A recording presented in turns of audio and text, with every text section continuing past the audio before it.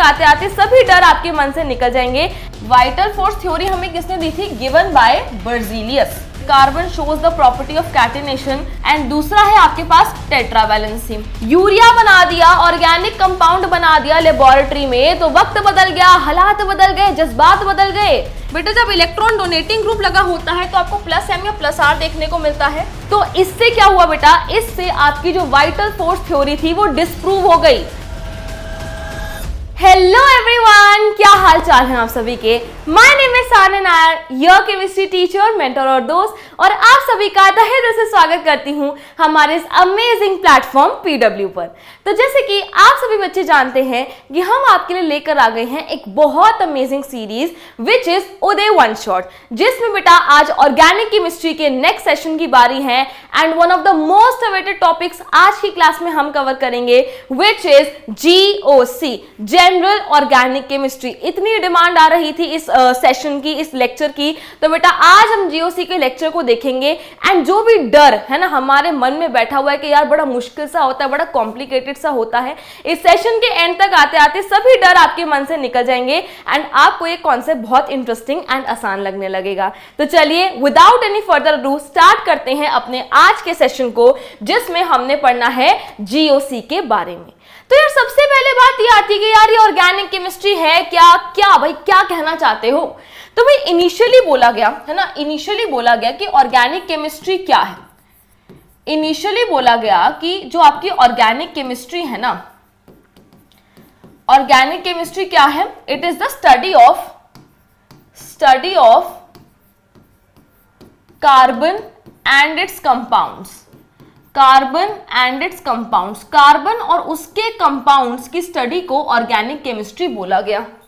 अब ma'am carbon ही क्यों? Carbon ने क्या ऐसे तीर मार लिए? तो बेटा याद करो क्लास 10th में हम पढ़ते थे कि कार्बन ने ऐसे क्या तीर मारे हैं, है ना? Carbon shows the properties of, carbon show करते बेटा कैटिनेशन। याद आ रहा है कि नहीं आ रहा है? ये सब हम 10th में पढ़ते थे। Carbon shows the property of catenation which is the self linking property, है ना, self linking property.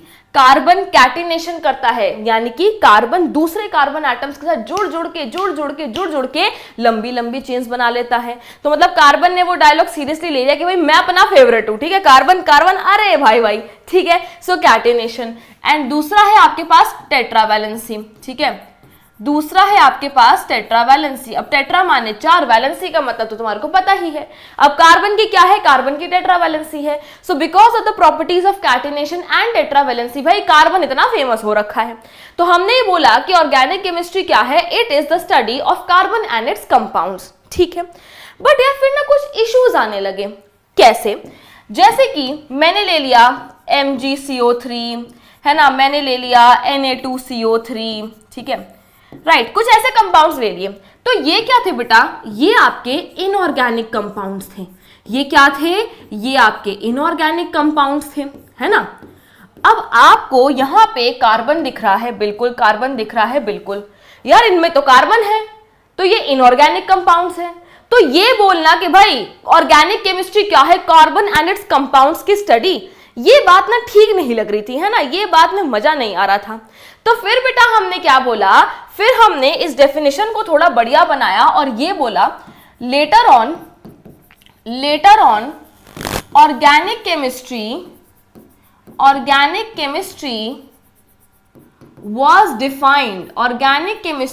was defined as the study of hydrocarbons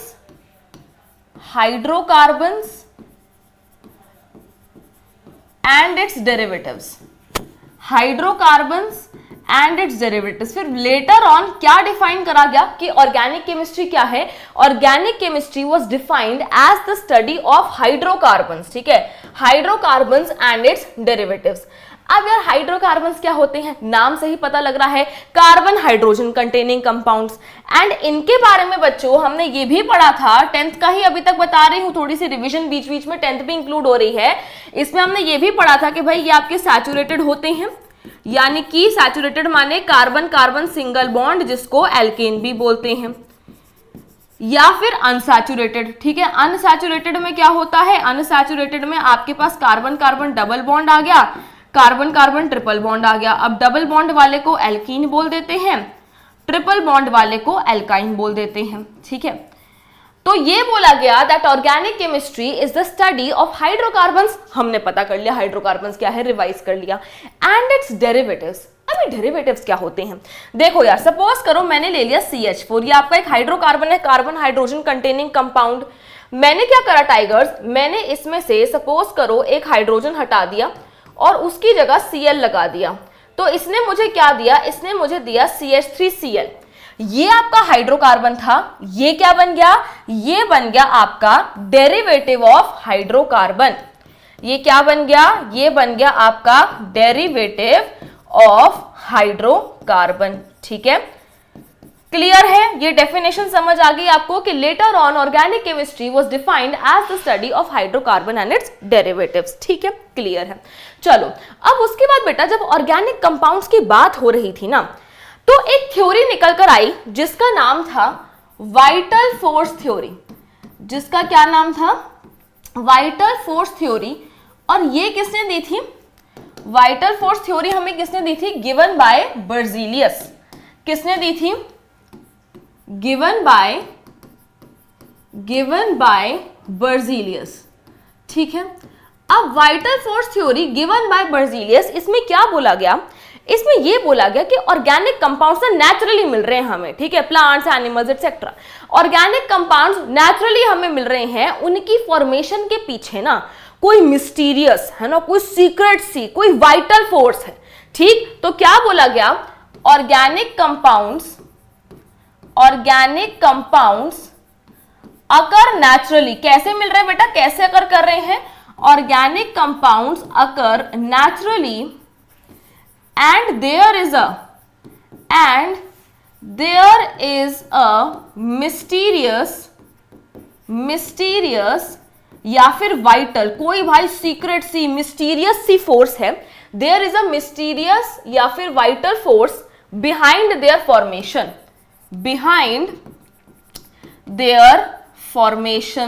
ठीक है जी, तो साइंटिस्ट वर लाइक ठीक है भाई, नेचर से मिल रहे हैं, ओके। बट फिर क्या हुआ, फिर बेटा एक जर्मन साइंटिस्ट थे जिनका नाम था एफ वोलर। ठीक है, एक जर्मन साइंटिस्ट थे एफ वोलर। वो क्या करना चाह रहे थे, बेटा, वो बनाना चाह रहे थे अमोनियम साइनेट।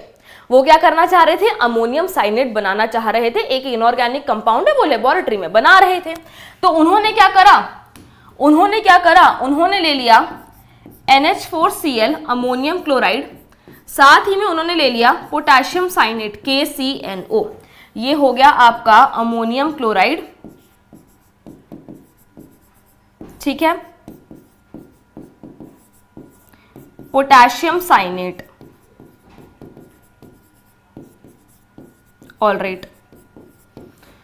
तो हुआ क्या यहां पे, हुआ क्या बेटा, आपका सिंपल डबल डिस्प्लेसमेंट रिएक्शन हुआ, एक्सचेंज ऑफ आयंस हुआ। ठीक है, सिंपल आपका डबल डिस्प्लेसमेंट रिएक्शन हो रहा है यहाँ पे, एक्सचेंज ऑफ आयंस। ये DDR क्या है, double displacement reaction, exchange of ions हुआ। ठीक है, एंड आपको क्या मिल गया, बेटा, आपको मिल गया KCl, आपको क्या मिल गया, KCl, एंड साथ ही में आपको मिल गया NH4CNO अमोनियम साइनेट। क्या मिल गया आपको, अमोनियम साइनेट। ठीक है, पर हुआ क्या बच्चों, ये ना आपका अनस्टेबल था। ये क्या था, ये आपका अनस्टेबल था एंड इसने क्या करा, इसने ना रीअरेंजमेंट कर लिया। ये अनस्टेबल था एंड इसका रीअरेंजमेंट हो गया एंड हमें क्या मिला, हमें मिला हमें मिला NH2CONH2। हमें क्या मिला, NH2CONH2 which is your urea. जो कि क्या है बेटा, जो कि यूरिया है, बॉडी में मिलता है, ऑर्गेनिक कंपाउंड है। तो एफ वोलर ने क्या करा, ही एक्सीडेंटली प्रिपेयर्ड यूरिया। ठीक है, काश हमारे साथ भी ऐसे एक्सीडेंट हो जाए हैं। ही एक्सीडेंटली प्रिपेयर्ड यूरिया। ठीक है जी, यूरिया बना दिया, ऑर्गेनिक कंपाउंड बना दिया लेबोरेटरी में, तो वक्त बदल गया, हालात बदल गए, जज्बात बदल गए। एवरीबडी वाज लाइक यार अगर यूरिया बन सकता है तो बाकी ऑर्गेनिक कंपाउंड्स भी बना लेंगे। तो इससे क्या हुआ बेटा, इससे आपकी जो वाइटल फोर्स थ्योरी थी वो डिस्प्रूव हो गई, है ना। उसको कहा कि अरे बाय बाय, हो गया भाई, बन रहे ऑर्गेनिक कंपाउंड लैब में, ठीक है, टाटा बाय बाय।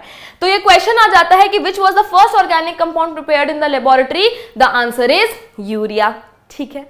तो भाई ये कहानी थी आपकी वाइटल फोर्स थ्योरी की। अब आपके पास भर भर के ऑर्गेनिक कंपाउंड है, जगह जगह आपके पास ऑर्गेनिक कंपाउंड है यार, इतनी वास्ट ब्रांच है ये ऑर्गेनिक केमिस्ट्री। कार्बन ने कुछ अच्छे कर्म करे होंगे पिछले जन्म में, है ना, कि ऑर्गेनिक केमिस्ट्री उसके नाम कर दी कि ये लो ऑर्गेनिक केमिस्ट्री कार्बन के नाम कर दी। यस, तो इतना आपको बेसिक समझ आया कि भाई हो क्या रहा है actually. Is this clear to you और नॉट? डन है। चलो यार अब ना आगे बढ़ते हैं एंड देखते हैं हमारे टॉपिक को, which is hybridization in carbon. अब कार्बन जो है ना वो आपका sp, sp2, sp3 तीनों हाइब्रिडाइजेशन दिखाता है। अब उससे पहले कि भाई हम चेक करें कैसे पता लगता है एंड ऑल दैट, एक बार ना पहले सिग्मा और पाई बॉन्ड को रिवाइज कर लेते हैं। मुझे पता है तुमने केमिकल बॉन्डिंग में पढ़ लिया होगा, बट स्टिल, है ना। तो देखो बच्चों, सिंगल बॉन्ड, ठीक है, तो एक सिग्मा, डबल बॉन्ड एक सिग्मा एक पाई, ठीक है, ट्रिपल बॉन्ड एक सिग्मा दो पाई। यस, ठीक है बेटा। चलो कुछ क्वेश्चंस देखते हैं, फिर अच्छे से हमारी प्रैक्टिस हो जाएगी, रिवीजन हो जाएगी। यहाँ पे हमें क्या करना है, हमारे को कैलकुलेट करने हैं the number of sigma and pi bonds. तो बेटा सिंगल बॉन्ड तो सिग्मा, डबल बॉन्ड तो एक सिग्मा एक पाई, ट्रिपल बॉन्ड तो एक सिग्मा दो पाई। अब देखिए यहाँ पे आपके पास single bond sigma sigma sigma sigma, ठीक है, चारों कैसे बॉन्ड है, चारों आपके सिग्मा बॉन्ड है, तो 4 सिग्मा बॉन्ड्स हैं यहाँ पे। यहाँ देखिए बेटा सिंगल बॉन्ड है sigma sigma sigma sigma sigma sigma sigma, तो 1 2 3 4 5 6 7 आपके पास 7 सिग्मा बॉन्ड्स हैं। यस, चलिए यहाँ पे देखते हैं single bond sigma, single bond sigma sigma sigma. अब पाई बॉन्ड में एक सिग्मा एक पाई, तो कितने सिग्मा और पाई हो गए आपके पास, 1 2 3 4 5 सिग्मा हो गए और एक आपके पास पाई बॉन्ड हो गया। यस, चलिए यहाँ पे देखते हैं सिंगल बॉन्ड सिग्मा सिग्मा, यहाँ पे ट्रिपल बॉन्ड में एक सिग्मा और आपके पास 2 पाई हो जाते हैं। So you have 3 sigma 2 pi here, ठीक है। चलिए अब इसकी बात करते हैं, sigma sigma sigma pi, sigma sigma sigma pi, sigma pi sigma sigma, ठीक है। सिंगल बॉन्ड बेटा सिग्मा सिग्मा सिग्मा पाई, एक बार ऐसे देख लो, single bond sigma single bond sigma, double bond में एक सिग्मा एक पाई, ठीक है, sigma sigma sigma, double bond में एक सिग्मा एक पाई, sigma sigma. So now calculate, count करो, 1 2 3 4 5 6 7 8 9 सिग्मा हो गए और 1 2 2 आपके पास पाई हो गए। चलिए यहाँ पे देखते हैं single bond sigma sigma sigma sigma sigma sigma sigma sigma sigma और पाई, ठीक है, काउंट करो, 1 2 3 4 5 6 7 8 9 सिग्मा और एक पाई, ठीक है, सिंपल। यस, चलिए तो सिग्मा पाई हमने काउंट कर ली, कैलकुलेट कर लिए, याद आ गए हमें। Now coming back to hybridization my dear students, अगर मैं हाइब्रिडाइजेशन की बात करती हूं तो आपको पता है कि कार्बन क्या बनाता है, कार्बन आपके 4 बॉन्ड बनाता है। अगर कार्बन के चारों बॉन्ड कैसे हैं, सिग्मा है, तो उसके लिए हम क्या बोलते हैं कि हाइब्रिडाइजेशन क्या है, हाइब्रिडाइजेशन है sp3। क्या है, sp3। अगर कार्बन ने बनाए 3 सिग्मा और 1 पाई तो इसके लिए हाइब्रिडाइजेशन होती है sp2, और अगर कार्बन बना रहा है आपके 2 सिग्मा 2 पाई तो इसके लिए हाइब्रिडाइजेशन बोलते हैं sp, ठीक है। चारों सिग्मा बॉन्ड है तो carbon is sp3 hybridised, 3 sigma और 1 पाई बना रखे हैं तो sp2, और अगर 2 सिग्मा 2 पाई है तो sp, ठीक है। इसको मतलब मैंने एक ट्रिक्स ही बना रखी थी अपने लर्न करने के लिए, है ना, कि भाई बंदा कंफ्यूज हो जाता है कभी कभार, भाई 4 सिग्मा sp3 3 सिग्मा 1 पाई कैसे, तो मैंने तो ऐसे कर रखा था, है ना, छोटी सी क्यूट सी ट्रिक है कि भाई 4 है, 4 में से 1 माइनस करो 3 तो sp3, है ना, ठीक। 3 सिग्मा है, 3 में से 1 माइनस करा 2 तो sp2, 2 सिग्मा है, 2 में से 1 माइनस करा 1 तो sp1 या फिर sp। यस, चलिए ये हो गया हमारे पास। चलो अब यहां पे क्या करते हैं, क्वेश्चंस देखते हैं। फाइंड आउट द हाइब्रिडाइजेशन, भाई कार्बन की क्या करनी है, हाइब्रिडाइजेशन निकालनी है। एक बार आप खुद प्रैक्टिस करिए, है ना, एक बार बेटा खुद ट्राई करो आप, खुद ट्राई करो, देखो जी, एक बार इनको ऐसे पूरा अच्छे से इसको खोल के बनाते हैं, ठीक है। ये हो गया आपका CH3। मैं डायरेक्टली भी यहाँ पे लिख सकती हूँ, बट कोई बात नहीं, अभी हम पूरे स्ट्रक्चर को खोल के बना देते हैं। CH double bond CH, C triple bond CH, ठीक है। CH3 CH double bond CH, C triple bond CH, ठीक है। चलिए जी, अब निकालते हैं हाइब्रिडाइजेशन। इस कार्बन ने चारों सिग्मा बॉन्ड बना रखे हैं, सिग्मा सिग्मा सिग्मा सिग्मा। इस कार्बन ने चारों सिग्मा बना रखे हैं, तो इसकी हाइब्रिडाइजेशन हो गई sp3, ठीक है। चलिए, इस कार्बन को देखो, सिग्मा सिग्मा सिग्मा और पाई, 3 सिग्मा 1 पाई है।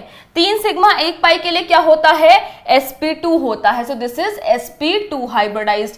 इसको देखो भाई, सिग्मा सिग्मा, इस कार्बन के 3 सिग्मा और 1 पाई है, ये भी कैसा हो गया? sp2। इस कार्बन को देखो, इधर सिग्मा सिग्मा और 2 पाई हो गए, तो आपके 2 sigma 2 pi, this is sp hybridized. And इसको देखो, sigma 2 sigma 2 pi, so this is also sp hybridized, ठीक है। क्लियर है? सिंपल, बस आपको देखने हैं भाई कितने सिग्मा कितने पाई बना रखे हैं। नेक्स्ट देखिए, और अच्छे से चीजें क्लियर हो जाएंगी। CH3 CH2 CHO, ठीक। चलिए, अब देखो यार, सिग्मा सिग्मा सिग्मा सिग्मा, चारों सिग्मा बना रखे हैं, सो sp3 हाइब्रिडाइज। इसको देखो, सिग्मा सिग्मा सिग्मा, इस कार्बन के अराउंड चारों सिग्मा है, तो ये भी आपका sp2 हाइब्रिडाइज हो गया। गाइस, यहाँ करेक्शन है, दिस इज sp3 है ना, मैंने बोला सही है, लिख गलत दिया। तो 4 सिग्मा बने हुए हैं, 4 सिग्मा के लिए आपके पास sp3 हाइब्रिडाइजेशन होती है, ठीक है। चलो कंटिन्यू पढ़ाई। इसको देखो, sigma sigma sigma pi, 3 sigma 1 pi, so this is sp2 hybridized, ठीक है। सिंपल है यार, बहुत आसान है। चलिए नेक्स्ट देखते हैं। नेक्स्ट आपके पास है CH2 double bond CH double bond C double bond CH, ठीक है। सो CH2 double bond CH double bond C double bond CH2, right. चलिए, अब हाइब्रिडाइजेशन निकालते हैं। इस कार्बन के sigma sigma sigma pi, 3 sigma 1 pi, this will give you sp2 hybridization. इसको देखो बेटा, सिग्मा 3 सिग्मा 1 पाई, ये भी आपका sp2 हो गया। इसको देखो, sigma sigma sigma pi, 3 sigma 1 पाई, ये भी sp2 हो गया। इसको देखो, सिग्मा पाई, तो इसके 2 सिग्मा 2 पाई है, तो ये आपका sp हो गया, ठीक है। इसको देखो, सिग्मा पाई तो इधर है ही, ये सिग्मा सिग्मा, इस कार्बन के 3 sigma 1 pi, so this is sp2 hybridized, ठीक है। बहुत सिंपल है बच्चा, निकालना बहुत आसान है। चलिए और प्रैक्टिस करते हैं। अब देखिए, आपके पास क्या है? आपके पास है बेंजीन। बेंजीन में देखो बेटा, अगर मैं इस कार्बन की बात करती हूं, तो इस कार्बन ने, अब यहाँ पे कुछ नहीं है, तो ऑब्वियसली हर जगह यहाँ पे hydrogen hydrogen hydrogen hydrogen hydrogen और हाइड्रोजन है। किसी एक कार्बन को पकड़ लो, ठीक है, मैंने इस कार्बन को पकड़ लिया। अब इस कार्बन ने बना रखा है ये सिग्मा ये सिग्मा ये सिग्मा, मतलब यहाँ पे डबल बॉन्ड है, तो 1 सिग्मा होगा 1 पाई होगा। So this carbon has 3 sigma 1 pi, so it is sp2 hybridized.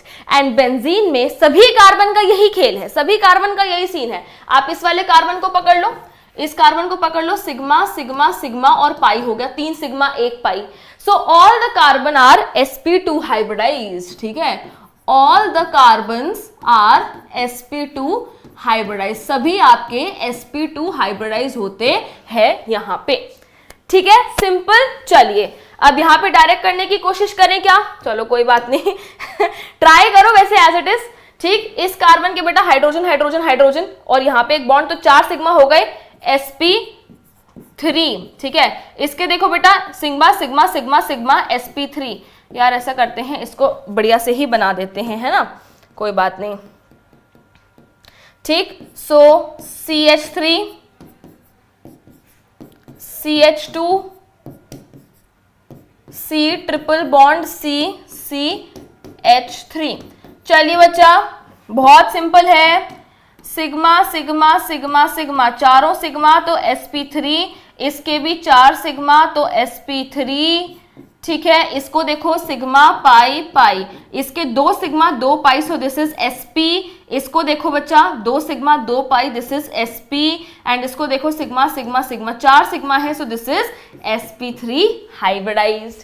ठीक है, simple, so easy, just like a wow. Yes, चलिए, तो आपकी हाइब्रिडाइजेशन की कहानी समझ आई। चलो अब बेटा एक बार अगर मैं ये sp, sp2, sp3 को देखूं और इसमें परसेंटेज s कैरेक्टर निकालूं तो देखिए कैसे होगा। sp, भाई यहाँ पे 2 ऑर्बिटल है, एक s एक p, तो 1/2 हो गया, तो परसेंटेज s कैरेक्टर हो गया आपका 50%। यहाँ पे देखो आपका 1/3 हो गया, सो 33.33%। यहाँ पे आपका 1/4 हो गया, 4 ऑर्बिटल है, एक s 3 p, 1/4 हो गया, सो 25%। तो ये आपकी परसेंटेज एस कैरेक्टर की कहानी है यहाँ पे। अब होता क्या है बच्चा, देखिए आपका परसेंटेज एस कैरेक्टर जितना ज्यादा होगा, परसेंटेज एस कैरेक्टर जितना ज्यादा होगा उतने ही आपको शॉर्टर एंड स्ट्रॉन्गर बॉन्ड्स मिलेंगे, shorter and stronger bonds. Percentage s character ज्यादा तो आपको शॉर्टर एंड स्ट्रॉन्गर बॉन्ड्स मिलेंगे। देखिए यार, आपका जो एस ऑर्बिटल होता है वो स्फेरिकल होता है, क्लोजर टू द न्यूक्लियस होता है, तो बॉन्ड लेंथ छोटी होती है एंड बॉन्ड की स्ट्रेंथ ज्यादा होती है, यानी कि बॉन्ड स्ट्रॉन्ग ज्यादा होता है। तो जैसे हम देख सकते हैं कि परसेंटेज एस कैरेक्टर घट रहा है, ठीक है, परसेंटेज एस कैरेक्टर घट रहा है तो बॉन्ड लेंथ बढ़ रही है एंड बॉन्ड की जो स्ट्रेंथ है वो घट रही है। ठीक है, आप देख सकते हो percentage s character is decreasing, percentage s character decrease हो रहा है तो बॉन्ड की लेंथ बढ़ रही है एंड बॉन्ड की जो स्ट्रेंथ है वो घट रही है। या फिर उल्टे तरीके से देख सकते हो कि परसेंटेज एस कैरेक्टर इंक्रीज हो रहा है तो बॉन्ड की लेंथ कम हो रही है एंड बॉन्ड आपको स्ट्रॉन्गर हो रहा है। परसेंटेज एस कैरेक्टर ज्यादा तो आपको शॉर्टर एंड स्ट्रॉन्गर बॉन्ड्स मिलते हैं। ठीक है, पहला पॉइंट। दूसरा देखते हैं बेटा, more is the percentage S character, more is the percentage S character, more is the electronegativity। ठीक है, परसेंटेज एस कैरेक्टर ज्यादा, इलेक्ट्रोनेगेटिविटी ज्यादा। अब इलेक्ट्रोनेगेटिविटी क्या होता है, more is the electronegativity. What is electronegativity, याद करो बेटा, इलेक्ट्रोनेगेटिविटी क्या है, tendency to attract, tendency to attract shared pair of electron, है ना, tendency to attract shared pair of electron. तो बेटा परसेंटेज एस कैरेक्टर ज्यादा, इलेक्ट्रोनेगेटिविटी ज्यादा। एक्चुअली में क्या है भाई, s orbital spherical in shape है ना, जैसे हमने परसेंटेज एस कैरेक्टर की यहाँ पे बात करी, परसेंटेज एस कैरेक्टर ज्यादा, आपका S orbital spherical in shape है। ठीक है, बॉन्ड लेंथ आपकी क्या होती है, कम होती है, closer to the nucleus bond length आपकी कम, बॉन्ड स्ट्रेंथ ज्यादा। यहाँ पे देखिए more is the percentage s character, more is the electronegativity. बेटा एस ऑर्बिटल जो है आपका क्लोजर टू द न्यूक्लियस है, मोर अट्रैक्टेड है, ठीक है, मोर अट्रैक्टेड बाय द न्यूक्लियस, तो इसलिए परसेंटेज एस कैरेक्टर आपका ज्यादा होता है तो इलेक्ट्रोनेगेटिविटी आपकी ज्यादा होती है। तो अगर मैं इलेक्ट्रोनेगेटिविटी का ट्रेंड देखूं, इलेक्ट्रोनेगेटिविटी का ट्रेंड देखूं तो हाउ इट गोज बेटा, देखिए sp उससे कम आपका sp2, उससे कम आपका sp3, परसेंटेज एस कैरेक्टर आपका घट रहा है तो इलेक्ट्रोनेगेटिविटी आपकी घट रही है। समझ आई आप लोगों को, यहां तक बात क्लियर हुई, कहानी क्लियर है बेटा। तो चलिए अब हम आगे बढ़ते हैं एंड देखते हैं रिप्रेजेंटेशन ऑफ ऑर्गेनिक कंपाउंड्स, कि हम ना ऑर्गेनिक कंपाउंड्स को कैसे रिप्रेजेंट कर सकते हैं। तो देखिए सपोज करो मैंने ले लिया प्रोपेन, ठीक है, मैंने ले लिया प्रोपेन। अब प्रोपेन में बेटा प्रोप का मतलब है कि 3 कार्बन एटम है, एन का मतलब है कि सिंगल बॉन्ड से जुड़े हुए हैं। ठीक है, तो अब अगर मैं प्रोपेन लिखूं तो प्रोपेन क्या होता है बेटा, प्रोपेन होता है आपका C3H8, ठीक है, C3H8। यहां पे मैंने क्या लिखा है बच्चों, यहां पे मैंने लिखा है मॉलिक्यूलर फॉर्मूला। यहाँ पे मैंने क्या लिखा है, यहाँ पे मैंने लिखा है मॉलिक्यूलर फॉर्मूला कि कितने एटम कितने कितने हैं, कि कार्बन 3 है, हाइड्रोजन 8 है। So this is your molecular formula. अब मैं इसको एक और तरीके से लिख सकती हूं, मैंने लिख दिया CH3 CH2 CH3।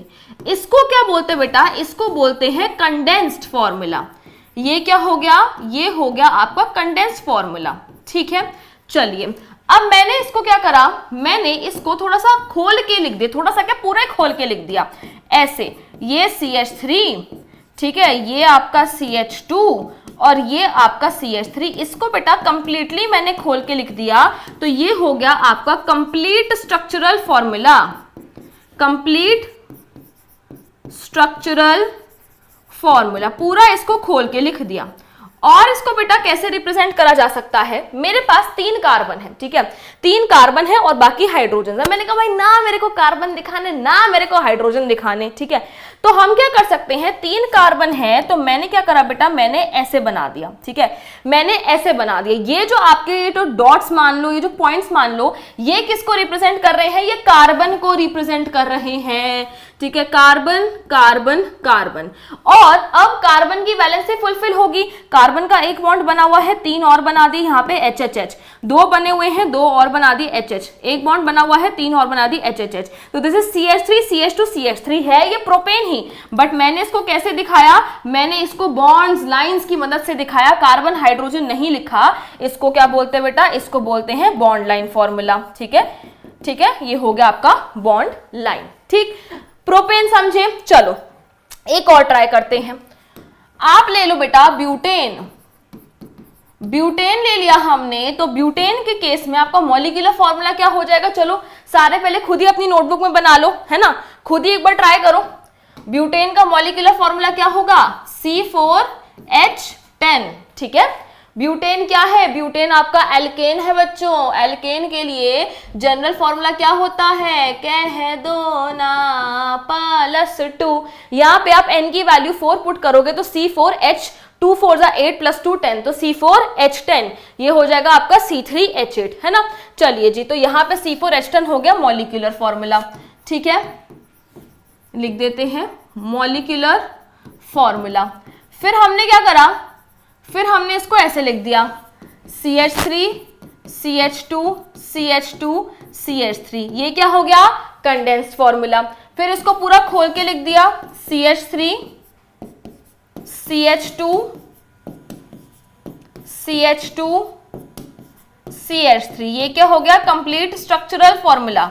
And then bond line कैसे बनाएंगे, 4 कार्बन है आपके पास, 4 कार्बन है आपके पास, तो हमने ऐसे बना दिया, this is your bond line formula for butane, ठीक है। ये किसको रिप्रेजेंट कर रहा है, carbon carbon carbon carbon, hydrogen hydrogen hydrogen hydrogen hydrogen hydrogen hydrogen hydrogen hydrogen hydrogen, CH3 CH2 CH2 CH3, so this is what, this is your 1 2, मतलब ये बन गया आपका क्या, ब्यूटेन, 1 2 3 4, ठीक है, डन है, CH3 CH2 CH2 CH3।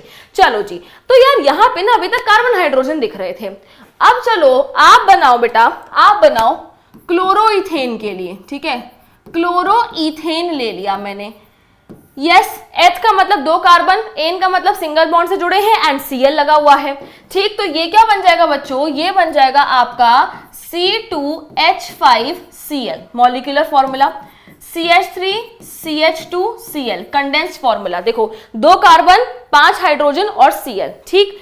फिर मैं इसको ऐसे भी लिख सकती हूं CH3 CH2 Cl, ठीक है, CH3 CH2 Cl, complete structural formula. अब इसका बॉन्ड लाइन बनाते हैं बेटा, 2 कार्बन है तो मैंने एक लाइन बना दी, एक ये कार्बन एक ये कार्बन, और ये रहा आपका Cl।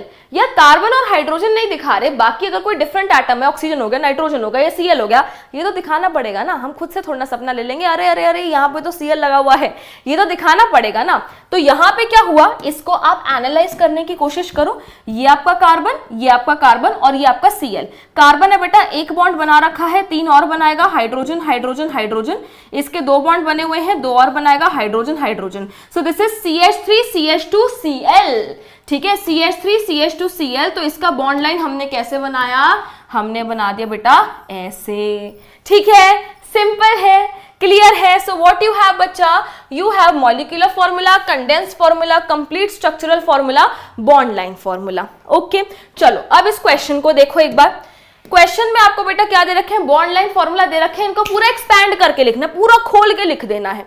चलिए जी स्टार्ट करते हैं, carbon carbon carbon carbon carbon carbon, है ना, जो भी आपको ये दिख रहे हैं ये सारे आपके कार्बन हैं, देखो 1 2 3 4 5 6, 1 2 3 4 5 6, देन ये भी क्या है आपका कार्बन, ये भी और ये भी, तो यहाँ पे कार्बन लगाया, हाइड्रोजन अभी लगा दूंगी, टेंशन मत लो, ये रहा कार्बन, ये रहा कार्बन, बस हाइड्रोजन लगाना तो सबसे आसान काम है, ठीक है ना, बस बैलेंस ही फुलफिल करनी है आपने। तो देखिए भाई इसके 2 बॉन्ड ऑलरेडी बने हुए हैं तो 2 हाइड्रोजन लगा दिए, इसके भी 2 हाइड्रोजन, इसके भी 2 हाइड्रोजन, ठीक है, इसके भी 2 हाइड्रोजन, इसके भी 2 हाइड्रोजन, इस कार्बन के 3 बॉन्ड बने हुए हैं तो एक ही और बचा है हाइड्रोजन, इसके भी 3 बने हुए हैं, एक और बचा है हाइड्रोजन, इन पे 3 हाइड्रोजन और इन पे 3 हाइड्रोजन। क्लियर है, सिंपल है तो बहुत ज्यादा, है ना। चलो इसको ट्राई करो बेटा, ये देखिए ये कार्बन है आपका और ये कार्बन है, दोनों कार्बन के बीच में कैसा बॉन्ड है, ट्रिपल बॉन्ड है, तो कार्बन ट्रिपल बॉन्ड कार्बन, यहां तक आ गए, यहां तक आ गए। अब ये बनाया, ठीक है, फिर ये बनाया, यहां पे हमने OH लगा दिया, फिर हमने ये वाला बनाया, ठीक, yes, carbon triple bond carbon, carbon carbon, OH लगा हुआ है एंड कार्बन। अब बस हाइड्रोजन लगा दो, इसके 3 बॉन्ड बने हुए हैं तो बस एक हाइड्रोजन लगाया, इसके तो चारों बने हुए हैं तो हाइड्रोजन का ही लगेगा, है ना, इसके 2 बने हैं तो 2 हाइड्रोजन लगा दिए, इसके 3 बने हैं, 1 हाइड्रोजन, इसका 1 बना है तो 3 हाइड्रोजन, यस, तो ये हो गया आपका C triple bond C C C, यहाँ पे OH और यहाँ आपका C आ गया, ठीक है, क्लियर है, समझ आ गया ना बच्चों कैसे ये काम करना है। चलिए बहुत बढ़िया, शाबाश मेरे प्यारे प्यारे इंटेलिजेंट टाइगर्स। चलो अब बेटा बात करते हैं 3D स्ट्रक्चर की। यार अब 3 डायमेंशनल को पेपर पे कैसे दर्शाएं, कैसे दिखाएं पेपर पे कि यार ये 3 डायमेंशनल चीज है ना। तो देखिए बच्चों यहाँ पे कैसे रिप्रेजेंट करा जाता है, देखो इसको आप ऐसे समझिए, है ना, रुक जाओ इसको बढ़िया से समझते हैं।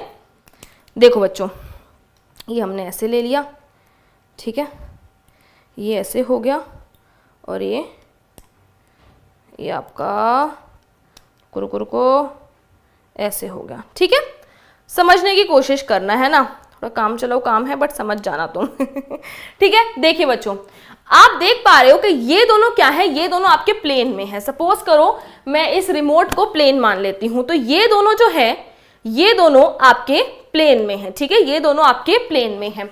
Now this one is coming out of plane, ये प्लेन से बाहर आ रहा है, और ये जो ब्लू वाला है ये भी प्लेन से बाहर आ रहा है, ये प्लेन से बाहर, ये प्लेन से बाहर, ये आपके इन प्लेन है, ये प्लेन से बाहर है and it is coming towards you, ये भी प्लेन से बाहर है, ये ब्लू वाला, and it is going away from you, है ना, this is towards you and this is away from you. तो इसी को बच्चों रिप्रेजेंट कैसे करा जाता है, ठीक है, ये दोनों तो आपके इन प्लेन है। अब जो आपका प्लेन से बाहर है, प्लेन से बाहर है but it is towards you, ठीक है, उसको हम रिप्रेजेंट करते हैं सॉलिड वेज से।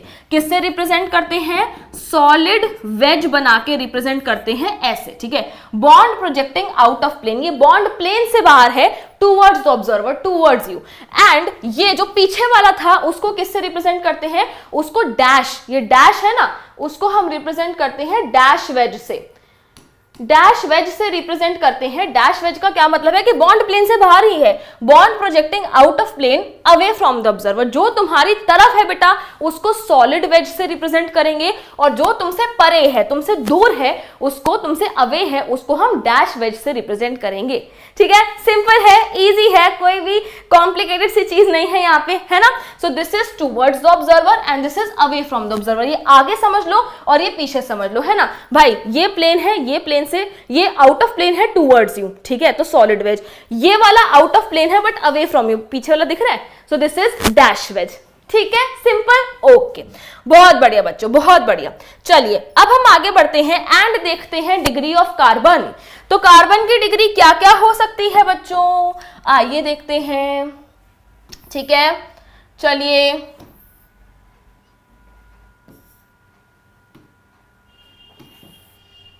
तो देखो भाई, प्राइमरी, सेकेंडरी, टर्शरी,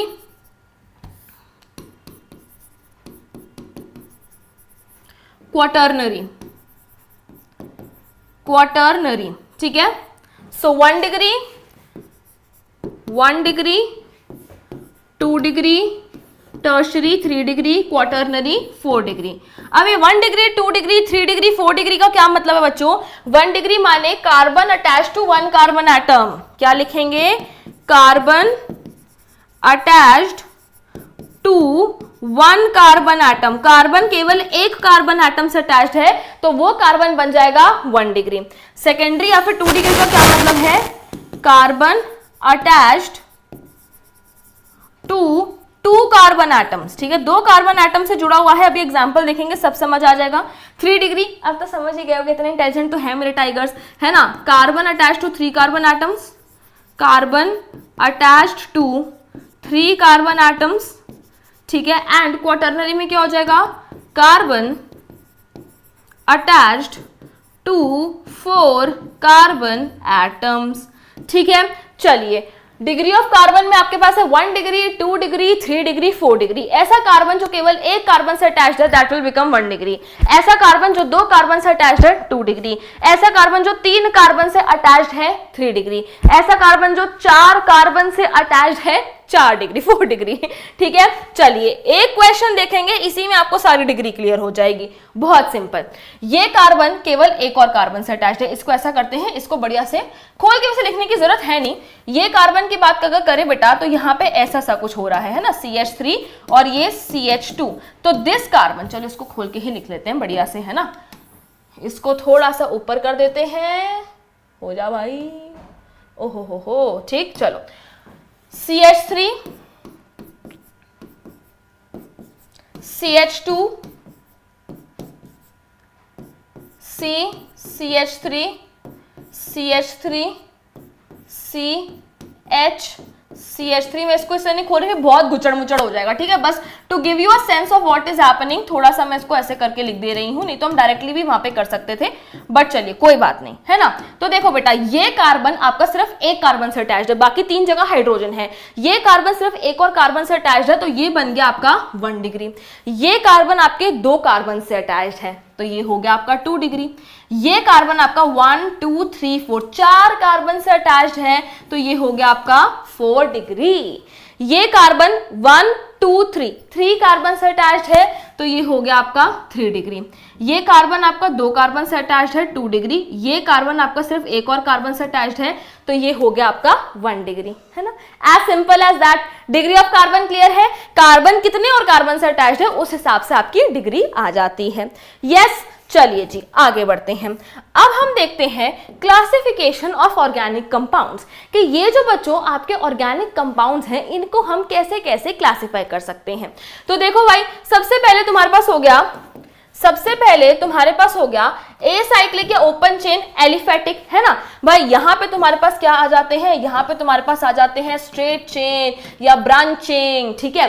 देन इसमें फर्दर आपके पास आ जाता है एल्केन यानी कि carbon carbon single bond, alkene यानी कि डबल बॉन्ड, और एल्काइन यानी कि कार्बन कार्बन ट्रिपल बॉन्ड, ठीक है। दिस इज योर सैचुरेटेड, याद है कि नहीं, सेशन के स्टार्टिंग में भी बताया था। एंड ये होते हैं आपके अनसैचुरेटेड, ठीक है। चलिए, तो यहाँ पे आपके पास क्या आता है, यहाँ पे आपके पास स्ट्रेट चेन ब्रांचिंग। अब बात करते हैं साइक्लिक या क्लोज चेन की। भाई तुम्हारे पास कैसी चेन है, साइक्लिक चेन है ना, क्लोज चेन है, यस। अब यहाँ पे आपके पास आ जाता है होमोसाइक्लिक एंड हेट्रोसाइक्लिक। होमो मतलब क्या होता है बेटा, होमोसाइक्लिक, होमो माने सेम, यानी कि रिंग में सारे कार्बन एटम्स हैं। और हेट्रोसाइक्लिक का क्या मतलब है, हेट्रोसाइक्लिक का मतलब है कि रिंग में कार्बन के अलावा डिफरेंट एटम है, ठीक है, कार्बन के अलावा भी कोई डिफरेंट एटम है, यस। अब होमोसाइक्लिक भी फर्दर क्लासिफाई हो जाता है into alicyclic and aromatic. Alicyclic बेटा क्या है, देखो रिंग में सारे कार्बन एटम्स है, क्योंकि होमोसाइक्लिक की ही फर्दर टाइप है, रिंग में सारे कार्बन एटम्स हैं, ठीक है। बट ये इसकी प्रॉपर्टीज किसको रिप्रेजेंट कर रही है, एलिफेटिक जैसों को रिप्रेजेंट कर रही है, मतलब ये एलिफेटिक कंपाउंड जैसी प्रॉपर्टीज रखते हैं, ठीक। अगर मैं बात करती हूं एरोमेटिक की, एरोमेटिक बेटा, एरोमेटिक वर्ड डिराइव हुआ है अरोमा से, ठीक है। इन कंपाउंड में अरोमा होता है, इनको हमने डिटेल में आगे पढ़ना है, ठीक है। तो बस इस बार फटाफट से ऐसे क्विकली देख लेते हैं, आगे हम पढ़ेंगे। Aromatic further classified into benzenoid, non benzenoid. Heterocyclic की बात करें यानी कि रिंग में कार्बन के अलावा कोई और एटम भी है, वो भी आपका एलिसाइक्लिक। एरोमेटिक, एलिसाइक्लिक यानी कि रिंग में कार्बन के अलावा कोई और एटम है बट वो एलिफेटिक जैसी प्रॉपर्टी रख रहे हैं, रिप्रेजेंट कर रहे हैं, और ये हो गया आपका एरोमेटिक। Simple, clear, done. देख लो एक बार इसको बढ़िया से, स्लो चार्ट को देखो, है ना। यहां पे एक बार है ना बॉक्सेस बना देती हूं गाइस, थोड़े से एस्थेटिक्स हो जाएंगे। ठीक है, चलिए जी एक बार इसको अच्छे से देखिए। Aromatic, benzenoid, non benzenoid, heterocyclic में आपके पास एलिसाइक्लिक, एरोमेटिक। देखो एक बार बढ़िया से। चलो भाई क्लियर है ना, आगे बढ़ते हैं फिर नेक्स्ट टॉपिक देखते हैं बेटा। नेक्स्ट है आपका फंक्शनल ग्रुप्स। अब फंक्शनल ग्रुप क्या होते हैं, चलो भाई पहले लिख लेते हैं। एनाटम, एनाटम और group of atom, an atom और group of atom in a molecule, in a molecule which is responsible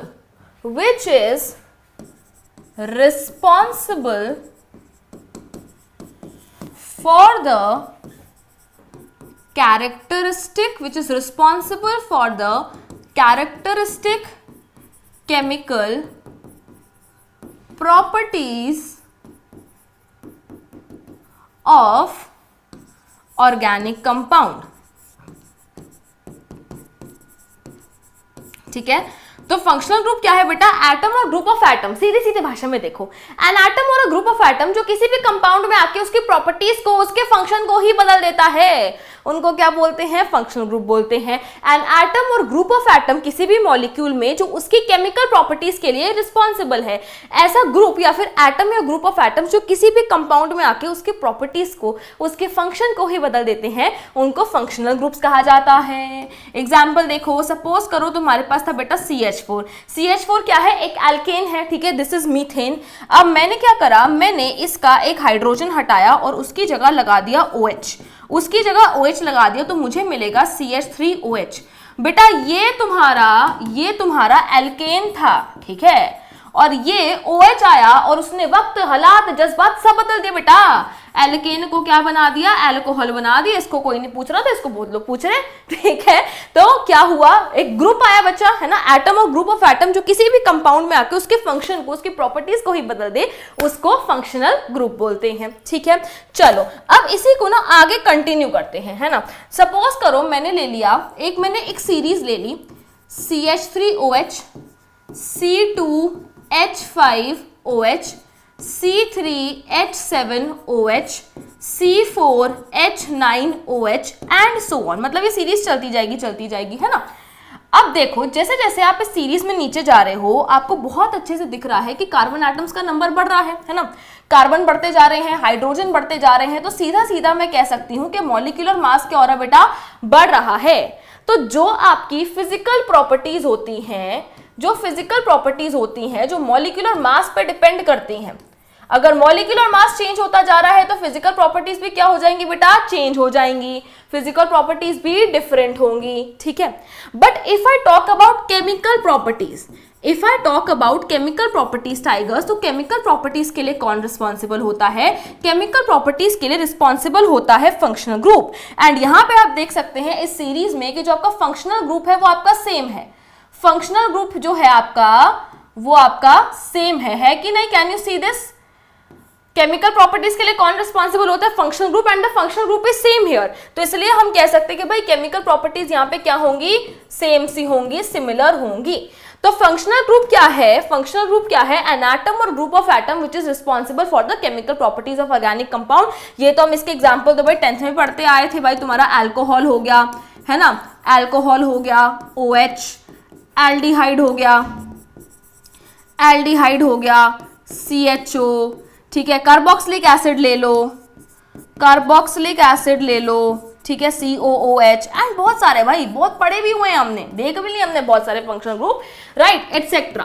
तो यहाँ पे आप देख सकते हो कि केमिकल प्रॉपर्टीज के लिए फंक्शनल ग्रुप रिस्पॉन्सिबल है और वो यहाँ पे सेम है, तो केमिकल प्रॉपर्टीज भी सेम सी होंगी, सिमिलर होंगी। तो एंड मोर ओवर एक और चीज आप यहाँ पे देखो, ठीक है, एक बढ़िया सी चीज देखते हैं यहाँ पे।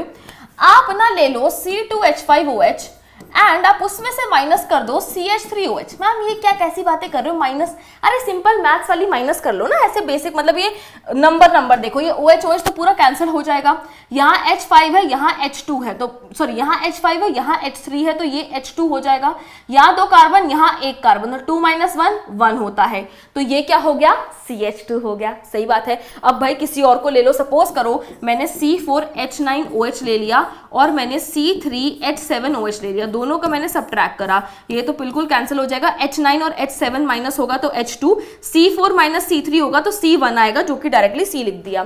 तो आप देख सकते हो बेटा कि ये जो सक्सेसिव मेंबर्स है, सक्सेसिव माने जस्ट नीचे का, सक्सेसिव माने जस्ट नीचे का, सक्सेसिव मेंबर्स किस यूनिट का अंतर रख रहे हैं, इनके बीच में CH2 यूनिट का डिफरेंस है, इनके बीच में किसका डिफरेंस है, CH2 यूनिट का डिफरेंस है, यानी कि इसमें CH2 ऐड करूं तो ये मिल जाएगा, या फिर इसमें से CH2 माइनस करूं तो ये मिल जाएगा, इसमें CH2 ऐड करूं तो ये, इसमें CH2 तो ये, इसमें CH2 तो आपको नेक्स्ट मेंबर मिल जाएगा ऑफ दिस सीरीज। तो ऐसी सीरीज को मेरे प्यारे प्यारे स्टूडेंट्स क्या बोलते हैं, इनको बोलते हैं होमोलोगस सीरीज।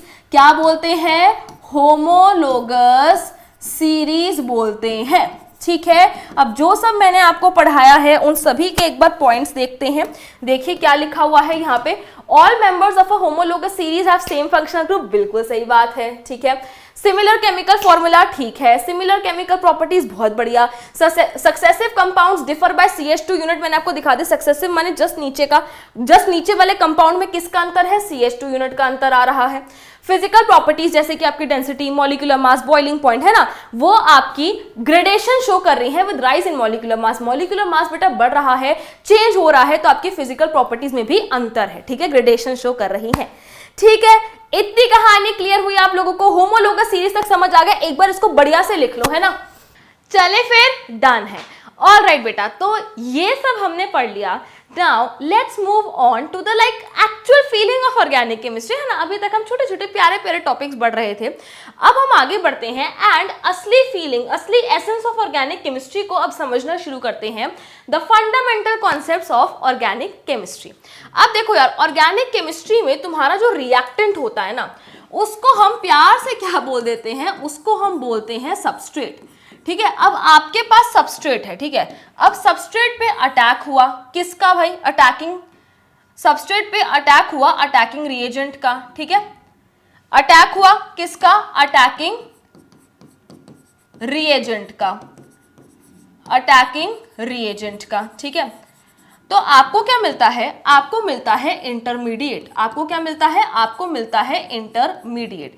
ये इंटरमीडिएट क्या होते हैं बेटा, ये इंटरमीडिएट आपकी शॉर्ट लिव्ड स्पीशीज होती हैं, जो तो रिएक्शन के दौरान बनती हैं, बहुत कम समय के लिए बनती हैं, शॉर्ट लिव्ड स्पीशीज होती हैं, अनस्टेबल होती हैं, एंड ये फिर आपको क्या देती हैं, ये आपको देती हैं मोर स्टेबल प्रोडक्ट्स।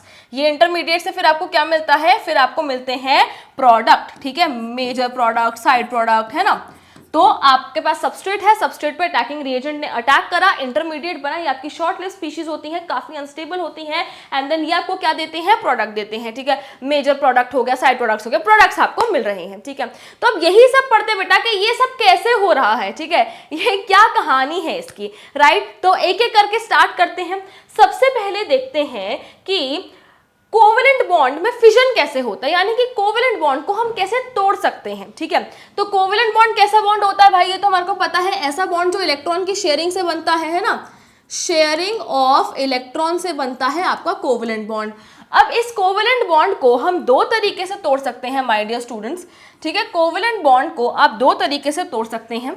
ठीक है, heterolytic fission, heterolytic fission and homolytic fission. ठीक है, heterolytic fission and homolytic fission. अब यार ये हेट्रोलिटिक फिजन में क्या हो रहा है, होमोलिटिक फिजन में क्या हो रहा है, चलिए भाई देखते हैं। ठीक है, heterolytic fission and homolytic fission. तो देखो एक एक करके इनको पढ़ते हैं, समझते हैं। सबसे पहले आता है आपके पास हेट्रोलिटिक फिजन। अब ये क्या बेटा, ये आपकी अनसिमेट्रिकल फिजन होती है। यहाँ पे क्या होता है, बॉन्ड के जो दोनों इलेक्ट्रॉन्स है ना, वो एक तरफ शिफ्ट हो जाते हैं। ठीक है, तो बॉन्ड के क्योंकि दोनों इलेक्ट्रॉन्स एक साइड पे चले गए, तो इसीलिए इसको 2 इलेक्ट्रॉन डिस्प्लेसमेंट भी बोलते हैं। ठीक है, ये आपका यूजुअली पोलर कोवेलेंट बॉन्ड्स में होता है, पोलर कोवेलेंट बॉन्ड्स। ठीक है, and it is favoured in polar solvent. सब समझते हैं, सब समझते हैं। ठीक है, ये देख लेना तुम, यहाँ मेन देखो। सपोज करो बेटा तुम्हारे पास क्या है, तुम्हारे पास ये रहा CH3 एंड यहाँ पे कोई भी ग्रुप लगा हुआ है, चलो G ही ले लेते हैं, ठीक है। अब मैंने केस लिया 1, ठीक है, इसको थोड़ा सा ऊपर शिफ्ट कर देते हैं, ठीक है। अब मैंने लिया केस 1। केस 1 में क्या है, केस 1 में आपके पास क्या है बेटा कि जो आपका G है it is more electronegative then carbon, जो आपका G है वो कार्बन से ज्यादा इलेक्ट्रोनेगेटिव है। तो होगा क्या, बॉन्ड के दोनों इलेक्ट्रॉन्स किसकी तरफ चले जाएंगे बेटा, बॉन्ड के दोनों इलेक्ट्रॉन्स यहां पे चले जाएंगे, क्योंकि G जो है वो ज्यादा इलेक्ट्रोनेगेटिव है, ठीक है। तो यहां पे बना देते हैं, कैसे होगा, बॉन्ड के दोनों इलेक्ट्रॉन्स आपके यहां चले गए एंड आपको क्या मिला बेटा, आपको मिला भाई अब दोनों इलेक्ट्रॉन्स इधर चले गए तो यहाँ पे प्लस आ जाएगा, यहाँ पे आपका प्लस आ जाएगा एंड ये आपका बन जाएगा G माइनस, ये क्या बन जाएगा, G माइनस बन जाएगा। कार्बन में बेटा जब प्लस आता है तो उसको क्या बोलते हैं, वेरी इंपॉर्टेंट, उसको बोलते हैं कार्बोकटायन, उसको क्या बोलते हैं, कार्बोकटायन बोलते हैं, ठीक। दूसरा केस क्या हो सकता था बच्चों, दूसरा केस ये हो सकता था, केस टू क्या हो सकता था कि आपका जो कार्बन है it is more electronegative than this G, carbon जो है वो ज्यादा इलेक्ट्रोनेगेटिव है इस G से। तो अब क्या होगा, अब जो आपके बॉन्ड के इलेक्ट्रॉन्स हैं वो कार्बन की तरफ चले जाएंगे, अब जो आपके इलेक्ट्रॉन्स हैं वो कार्बन की तरफ चले जाएंगे इधर, तो आपको क्या मिलेगा बच्चों, आपको मिलेगा C माइनस, ठीक है, एंड यहाँ पे G प्लस, ठीक है। अब कार्बन पे नेगेटिव चार्ज क्या बोलते हैं इसको, इसको बोलते हैं कार्बनायन, कार्ब अनायन, ठीक है। ये कार्बोकटायन, ये आपका कार्बनायन। तो आप देख सकते हो बच्चों के हेटेरोलिटिक फिजन में आपकी चार्ज स्पीशीज जनरेट हो रही हैं, चार्ज स्पीशीज जनरेट हो रही हैं हेटेरोलिटिक फिजन में। तो हेटेरोलिटिक फिजन के पॉइंट्स देखो बेटा, अनसिमेट्रिकल फिजन है, 2 इलेक्ट्रॉन डिस्प्लेसमेंट, बॉन्ड के दोनों इलेक्ट्रॉन्स एक तरफ चले गए, usually occurs in polar covalent bond, और किसमें फेवर होता है, usually favoured in polar solvent. जो बेटा आपका ज्यादा इलेक्ट्रोनेगेटिव है, यहाँ ज्यादा इलेक्ट्रोनेगेटिव था तो इलेक्ट्रॉन्स खींच के अपनी तरफ बैठ गया, इस पे माइनस आया, इस पे प्लस आया। कार्बन पे जब प्लस आता है तो कार्बोकटायन बोलते हैं। यहाँ पे आपका कार्बन ज्यादा इलेक्ट्रोनेगेटिव था ग्रुप से, तो भाई इलेक्ट्रॉन्स कार्बन की तरफ चले गए, इस पे नेगेटिव चार्ज आया तो उसको कार्बनायन बोलते हैं, और ये बन गया G+। आप देख सकते हैं कि यहाँ पे 4 स्पीशीज जनरेट होती है इन हेटेरोलिटिक फिजन, ठीक है। 4 स्पीशीज आई ना, 4 स्पीशीज, चार्जेस आ गए यहाँ पे, यस, हेटेरोलिटिक फिजन हो गया। चलो अब बात करते हैं होमोलिटिक फिजन की। होमोलिटिक फिजन में क्या होता है बेटा, बॉन्ड में आपके 2 इलेक्ट्रॉन्स होते हैं, एक इलेक्ट्रॉन इधर जाता है, एक इलेक्ट्रॉन इधर जाता है, ठीक है। तो देखिए ये आपका सिमेट्रिकल फिजन है, सिंगल इलेक्ट्रॉन डिस्प्लेसमेंट, एक इलेक्ट्रॉन इधर गया, एक इलेक्ट्रॉन आपका इधर गया। ये आपका यूजुअली नॉन पोलर बॉन्ड्स में होता है and it is favoured by high temperature, UV radiation, presence of radical initiator. इसको समझते हैं, देखो वही वाला ले लेते हैं बेटा, ये हो गया आपका CH और यहाँ पे हमने ले लिया G, एक ग्रुप लगा हुआ है G। अब यहाँ पे कार्बन और ये जो C है और ये G है, दोनों की इलेक्ट्रोनेगेटिविटी बराबर है, ठीक है, दोनों की इलेक्ट्रोनेगेटिविटी बराबर है। तो यहाँ पे बॉन्ड कैसे टूटेगा बेटा, कैसे क्लीव होगा, ऐसे क्लीव होगा, ठीक है। एंड ये ऐसे टूटा तो होगा क्या, बॉन्ड का एक इलेक्ट्रॉन इधर गया, बॉन्ड का एक इलेक्ट्रॉन इधर गया, तो आपको क्या मिला बच्चों, आपको मिला समथिंग लाइक दिस, ठीक है। एक इलेक्ट्रॉन यहां पर आ गया और एक इलेक्ट्रॉन यहां पर आ गया। तो इसको क्या बोलते हैं बेटा, इनको बोलते हैं फ्री रेडिकल।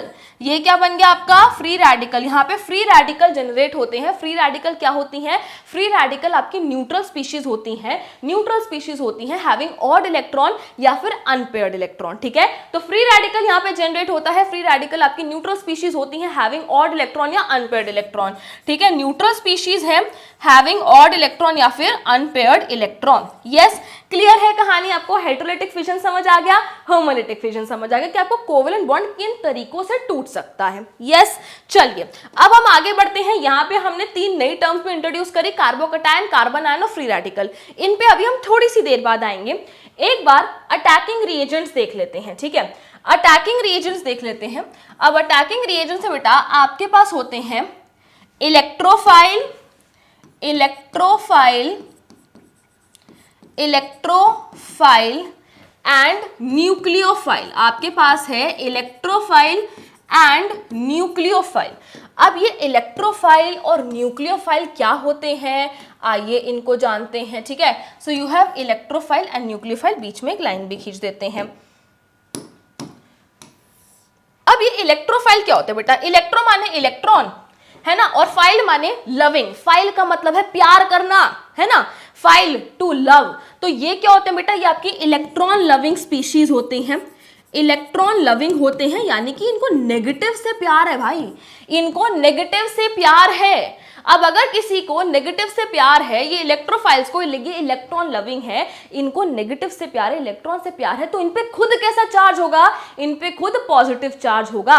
या फिर अगर पॉजिटिव चार्ज नहीं है, न्यूट्रल है, तो इनके पास क्या होगी बेटा, इनके पास क्या होगी, ये इलेक्ट्रॉन डेफिशिएंट होंगे, इलेक्ट्रॉन्स की कमी होगी। तभी तो भाई हमें किसी चीज की चाहत तभी होती है जब उस चीज की कमी हो हमारे पास। अगर हमारे पास कोई चीज है ना तो हम उनको ग्रांटेड ले लेते हैं, ठीक है ना यार, क्या हो गया, ये है तो सबके पास ही होता है। बट नहीं, हमें किसी चीज से प्यार कब होता है, जब वो चीज हमारे पास ना हो। तो इलेक्ट्रोफाइल इलेक्ट्रॉन लविंग है, उसको प्यार है भाई, तो उस पर खुद कैसे चार्ज होगा, पॉजिटिव चार्ज होगा, या फिर वो न्यूट्रल होंगे तो इलेक्ट्रॉन डेफिशिएंट होंगे। ठीक है, तो इलेक्ट्रोफाइल या तो आपके पॉजिटिवली चार्ज हो सकते हैं, या तो आपके पॉजिटिवली चार्ज हो सकते हैं, या फिर आपके न्यूट्रल भी हो सकते हैं, न्यूट्रल बट इलेक्ट्रॉन डेफिशिएंट। ठीक है, आप एग्जांपल्स देख लो भाई।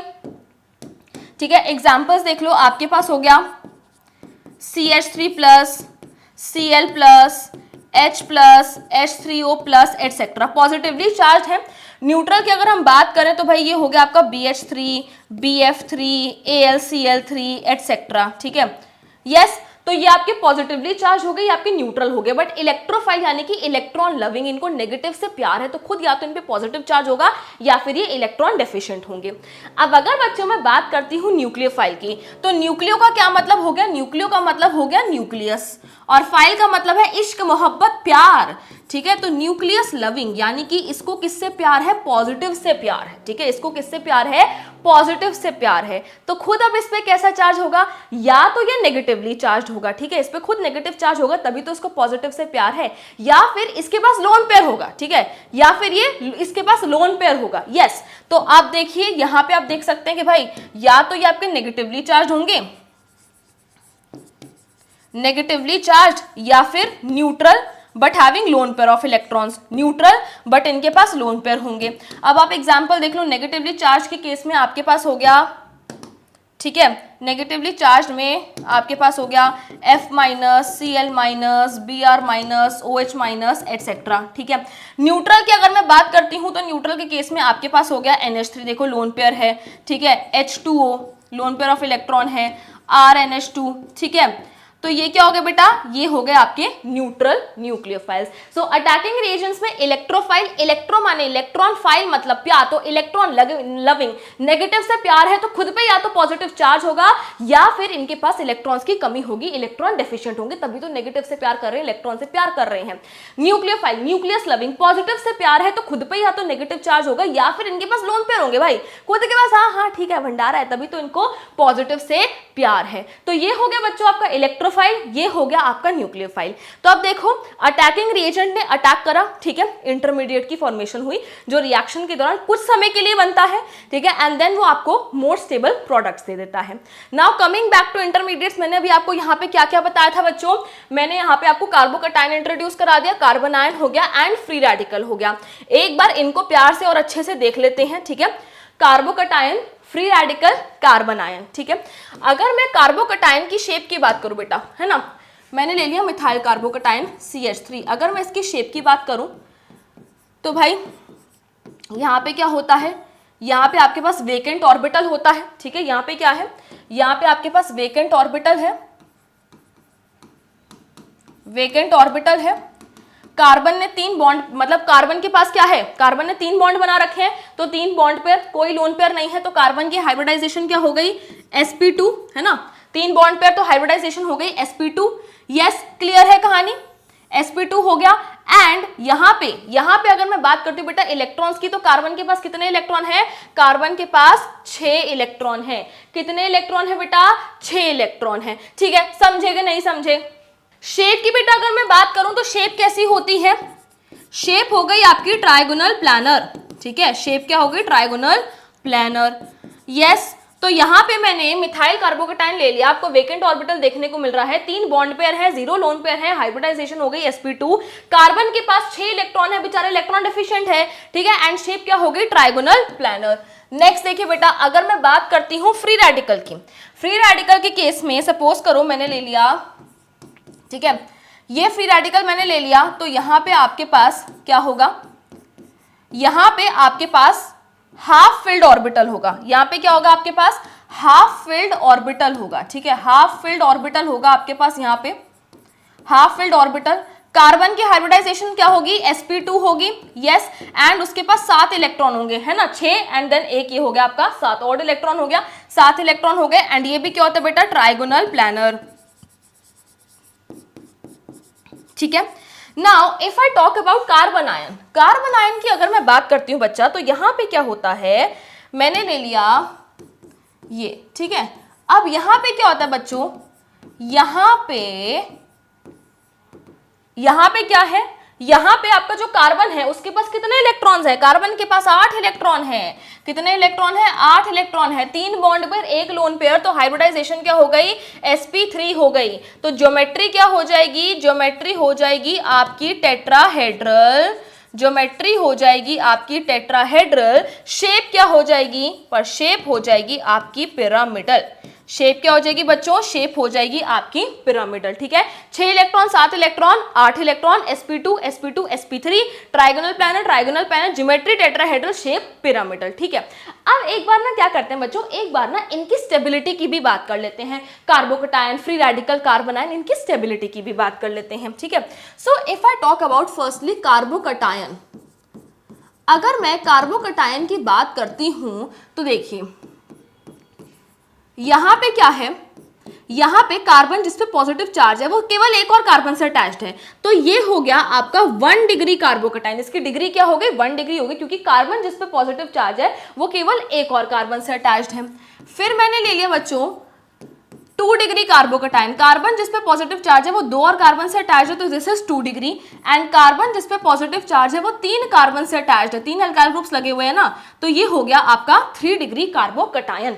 अब जो बच्चों आपके अल्काइल ग्रुप्स होते हैं ना, वो इलेक्ट्रॉन डोनेटिंग ग्रुप्स होते हैं, वो इलेक्ट्रॉन डेंसिटी प्रदान करते हैं, ये लो बेटा ये ले, ठीक है।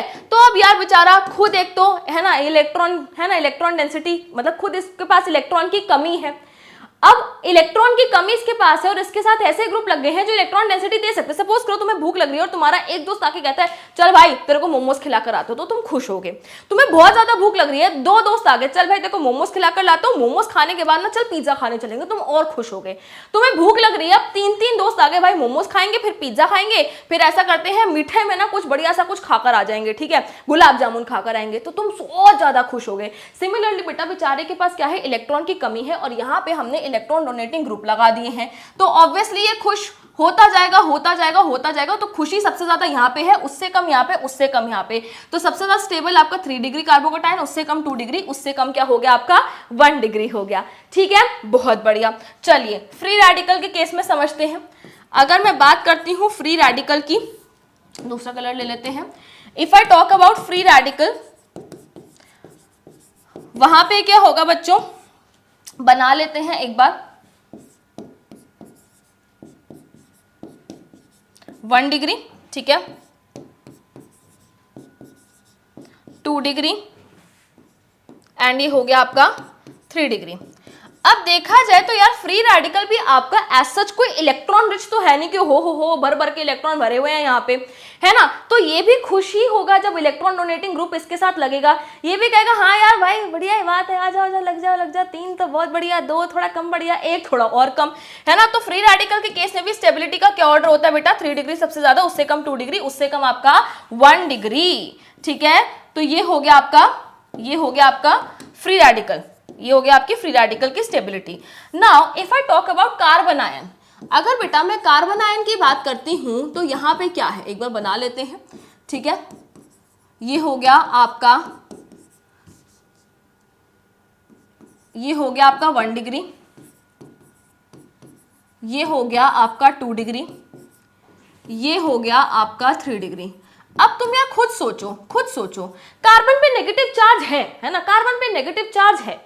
अब यार तुमने 3 ग्रुप लगा दिए जो और इलेक्ट्रॉन डेंसिटी दे रहे, कार्बन कहेगा भाई बस करो यार, नहीं चाहिए भाई, है ना। तो अब तुम ऐसे सोचो कि अब तुम्हारा पूरा पेट भरा हुआ है भाई, यहाँ तक बिल्कुल यहाँ तक पेट भरा हुआ है तुम्हारा, ठीक है। अब तुम्हारे 3 दोस्त आते, चल भाई पहले मोमोज खाएंगे, फिर पिज्जा खाएंगे, फिर गुलाब जामुन खाएंगे, तुम कहोगे यार नहीं, चलो अब 3 की वजह 2 दोस्त आ गए, भाई मोमोज खाएंगे पिज्जा खाएंगे। अच्छा, और अब एक दोस्त आ गया, चल भाई मोमोज खाएंगे, तो तुम कहोगे चलो ठीक है यार कोई बात नहीं, क्या कर सकते हैं, है ना। तो कार्बन आयन के केस में क्या हो जाता है बेटा, कार्बन आयन के केस में तुम्हारा उल्टा हो जाता है। 1 डिग्री तुम्हारा स्टेबल, उससे कम 2 डिग्री, उससे कम तुम्हारा 3 डिग्री। क्यों? क्योंकि कार्बन पे ऑलरेडी नेगेटिव चार्ज है, वो और इलेक्ट्रॉन डेंसिटी नहीं चाह रहा है। तो 3 ग्रुप्स अगर इलेक्ट्रॉन डेंसिटी देंगे तो वहां पे अनस्टेबिलिटी आएगी, मतलब वो स्टेबल नहीं होगा उतना। सो 3 डिग्री कम, उससे ज्यादा 2 डिग्री, उससे ज्यादा 1 degree. So did you guys understand this बेटा? यहां तक हमने क्या निपटा लिया है, यहां तक हमने अपने कॉन्सेप्ट्स को निपटा लिए। सबसे पहले देखा कि भाई फिजन इन कोवेलेंट बॉन्ड कैसे हो रहा है। कोवेलेंट बॉन्ड में आप हेटेरोलिटिक फिजन कर सकते हो, होमोलिटिक फिजन कर सकते हो। हेटेरोलिटिक में क्या हो रहा है बेटा, हेटेरोलिटिक के केस में सपोज करो भाई ये तुम्हारा ज्यादा इलेक्ट्रोनेगेटिव है, तो ये दोनों इलेक्ट्रॉन्स बॉन्ड के अपनी तरफ ले गए, तो इस पे नेगेटिव, इस पे पॉजिटिव, कार्बन पे पॉजिटिव तो कार्बोकटायन। सपोज करो carbon is more electronegative than this group G, तो बॉन्ड के दोनों इलेक्ट्रॉन अपनी तरफ ले जाएगा, इस पे नेगेटिव, इस पे पॉजिटिव, तो ये हो गया आपका कार्बन आयन। तो हेटेरोलिटिक फिजन में आपके क्या होते हैं बेटा, चार्ज स्पीशीज आपकी जनरेट होती हैं। होमोलिटिक की बात करूं बेटा, होमोलिटिक में क्या होता है, होमोलिटिक में बॉन्ड में दो इलेक्ट्रॉन्स है, एक इलेक्ट्रॉन इधर गया, एक इलेक्ट्रॉन इधर गया, तो सिंगल इलेक्ट्रॉन डिस्प्लेसमेंट है। ठीक है, यहां पे कार्बन और ये जो ग्रुप है ना जी, इन दोनों की इलेक्ट्रोनेगेटिविटी क्या है बेटा, सेम हो गई। तो ये आपका बॉन्ड कैसे टूटेगा, एक इलेक्ट्रॉन यहां गया, एक इलेक्ट्रॉन यहां गया, तो यहां पे आपके पास क्या जनरेट हुआ, फ्री रेडिकल जनरेट हुआ। फ्री रेडिकल आपकी न्यूट्रल स्पीशीज होती है, हैविंग ऑड इलेक्ट्रॉन या अनपेयर्ड इलेक्ट्रॉन। ठीक है, तो अब हमने carbocation, carbon ion, free radical थोड़े से रूबरू हो गए। चलिए अब हमने फिर क्या देखे बेटा, इनकी शेप की बात करी। ठीक है, तो ये आपका हो गया carbocation, free radical, carbon ion. फिर हमने उनकी स्टेबिलिटी की बात करी। कार्बोकटायन फ्री रेडिकल में 3 डिग्री सबसे ज्यादा स्टेबल, उससे कम 2 डिग्री, उससे कम 1 डिग्री। फ्री रेडिकल में भी 3 degree, 2 degree, 1 degree, but carbon ion में उल्टा है, 1 डिग्री, 2 डिग्री, 3 डिग्री। देन बच्चों अटैकिंग रिएजेंट की बात करी हमने। अटैकिंग रिएजेंट में आपके पास इलेक्ट्रोफाइल, न्यूक्लियोफाइल। इलेक्ट्रोफाइल क्या है, इलेक्ट्रॉन लविंग, है ना। अगर उनको नेगेटिव चीज से प्यार है, इलेक्ट्रॉन से प्यार है, तो खुद पे या तो पॉजिटिव चार्ज होगा या इलेक्ट्रॉन की कमी होगी, तो या तो पॉजिटिवली चार्ज या न्यूट्रल बट इलेक्ट्रॉन डेफिशिएंट। ठीक है, न्यूक्लियोफाइल, न्यूक्लियस लविंग, पॉजिटिव चीज से प्यार है तो खुद पे या तो नेगेटिव चार्ज होगा या फिर उनके पास लोन पेयर ऑफ इलेक्ट्रॉन्स होंगे, तो नेगेटिवली चार्ज या neutral having loan pair of electrons. तो इनके एग्जांपल्स हमने देखे। अब आप लोग मुझे ये बताओ कि यहां तक क्या आप लोगों को समझ आ गया, बढ़िया से क्लियर हो गया? क्योंकि इसके बाद बेटा हम क्या स्टार्ट करेंगे, इसके बाद हम इलेक्ट्रॉन डिस्प्लेसमेंट स्टार्ट करेंगे, तुम्हारे इफेक्ट्स शुरू हो जाएंगे। ठीक है, तो अगर यहां तक आप लोगों को समझ आ गया है तो आप क्या कीजिए, आप ना कमेंट्स में बढ़िया सा रेड कलर का हार्ट बना दीजिए अगर यहां तक आप लोगों को क्लियर हो गया है, सब समझ आ गया है। तो क्लियर है बेटा? तो चलिए अब हम आगे बढ़ते हैं एंड फाइनली स्टार्ट करते हैं अपने टॉपिक को, which is electron displacement in covalent bonds. ठीक है, एंड सबसे पहले जो हमने पढ़ना है वो है आपका इंडक्टिव इफेक्ट। बड़े प्यारे प्यारे सिंपल से इफेक्ट्स है यार, घबराना नहीं है, इनसे डरना नहीं है, बहुत इजी तरीके से इनको समझेंगे। ठीक है, तो सबसे पहले स्टार्ट करते हैं इंडक्टिव इफेक्ट के साथ। अब ये क्या होता है बेटा, इंडक्टिव इफेक्ट आपका परमानेंट इफेक्ट होता है। ठीक है, यहां पे क्या हो रहा है, displacement of sigma electrons along the saturated carbon chain. देखो हम टॉपिक क्या पढ़ रहे हैं, इलेक्ट्रॉन डिस्प्लेसमेंट, यानी कि इलेक्ट्रॉन्स की डिस्प्लेसमेंट होनी है। अब इंडक्टिव इफेक्ट में क्या होता है, इंडक्टिव इफेक्ट में सिग्मा इलेक्ट्रॉन्स की डिस्प्लेसमेंट होती है। कैसे होती है भाई, देखते हैं। अब इंडक्टिव इफेक्ट जो होता है ना माय डियर स्टूडेंट्स, ये आपका 2 टाइप्स का होता है। ठीक है, इंडक्टिव इफेक्ट जो है, इंडक्टिव इफेक्ट आपके 2 प्रकार का होता है। इंडक्टिव इफेक्ट है ना 2 टाइप का होता है, बढ़िया से बना लेते हैं। Inductive effect is of 2 types, plus I effect and minus I effect. ठीक है, plus I effect and minus I effect. अब ये प्लस आई इफेक्ट क्या होता है और माइनस आई इफेक्ट क्या होता है, आइए इसको जानते हैं।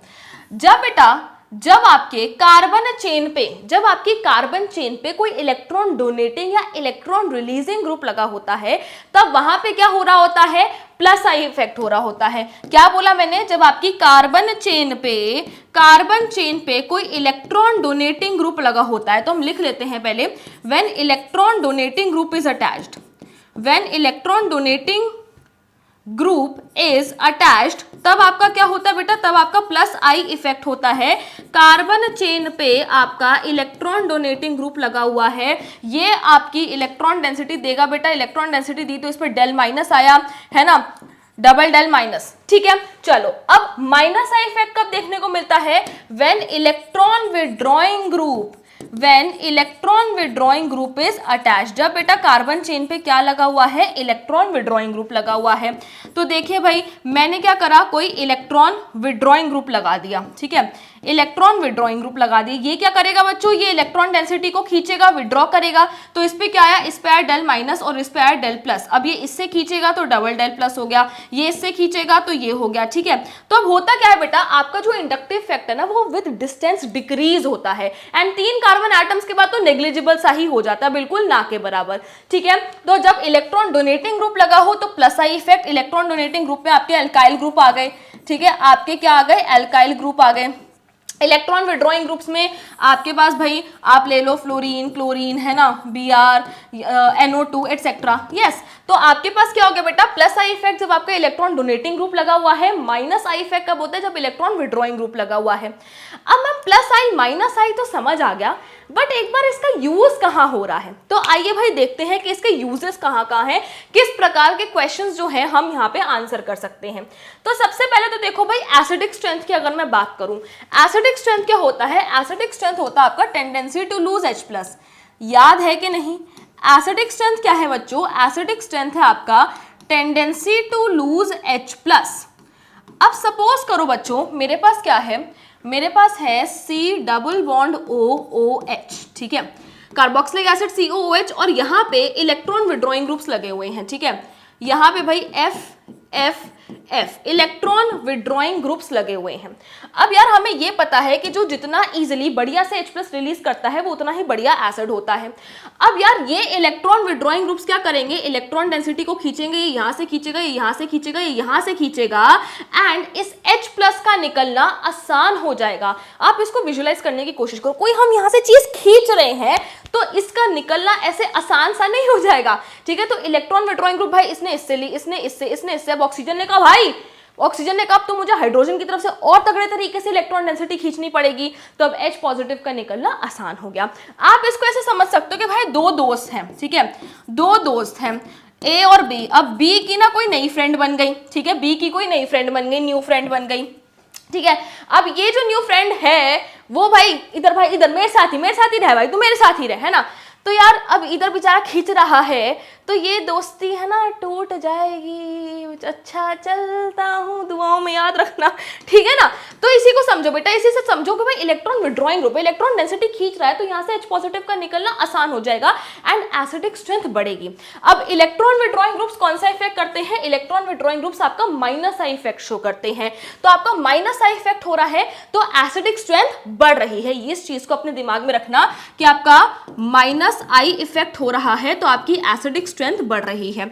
अब एक और एग्जांपल ले लो, यहां पे मैंने लिया C डबल बॉन्ड OOH और यहां पे बेटा क्या हुआ, यहां पे अब मेरे पास अल्काइल ग्रुप लगा हुआ है, ये प्लस आई इफेक्ट शो करेगा, ये प्लस आई इफेक्ट शो करेगा, इलेक्ट्रॉन डेंसिटी देगा बेटा, है ना। ऑक्सीजन पे इलेक्ट्रॉन डेंसिटी ठीक ठाक कर दी है।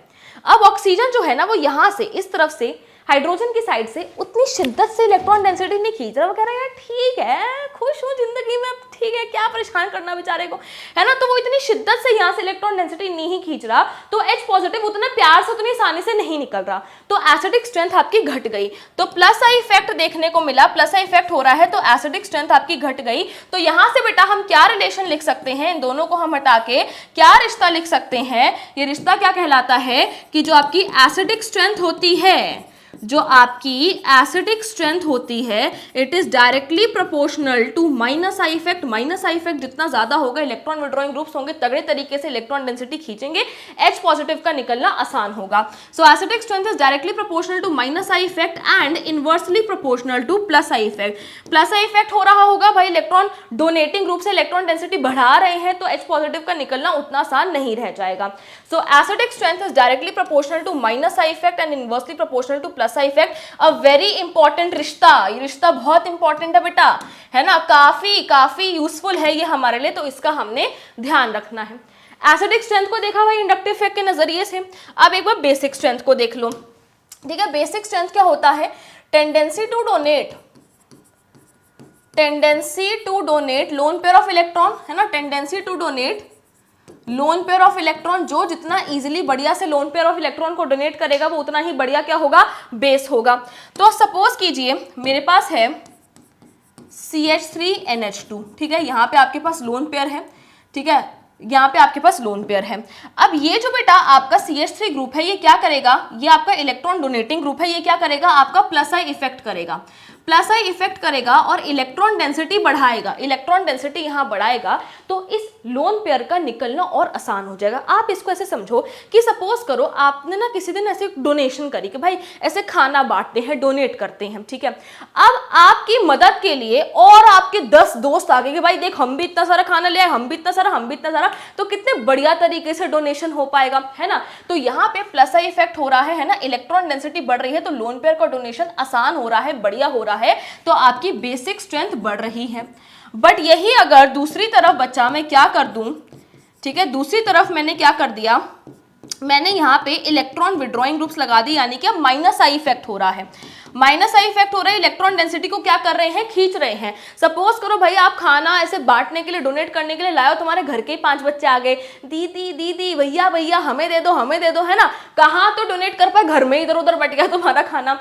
तो यहाँ पे बेटा इलेक्ट्रॉन डेंसिटी को खींच रहे हैं, विड्रॉ कर रहे हैं, तो लोन पेयर का डोनेट होना मुश्किल हो जाएगा, तो माइनस आई इफेक्ट देखने को मिल रहा है, लोन पेयर का डोनेशन मुश्किल हो जाएगा, तो बेसिक स्ट्रेंथ आपकी क्या हो जाएगी, घट जाएगी। तो इसी से हम एक और रिश्ता यहां बना सकते हैं कि जो आपकी बेसिक स्ट्रेंथ होती है बेटा, जो आपकी बेसिक स्ट्रेंथ होती है, it is directly proportional to plus I effect, ये हो रहा था तो ये बढ़ रहा था, directly proportional to plus I effect and inversely proportional to minus I effect, minus I effect हो रहा था तो बेसिक स्ट्रेंथ घट रही थी, ठीक है। तो ये रिश्ता भी देख लो, ये रिश्ता भी बहुत बढ़िया कहलाता है ना। चलिए जी, ये भी हमने देख लिया।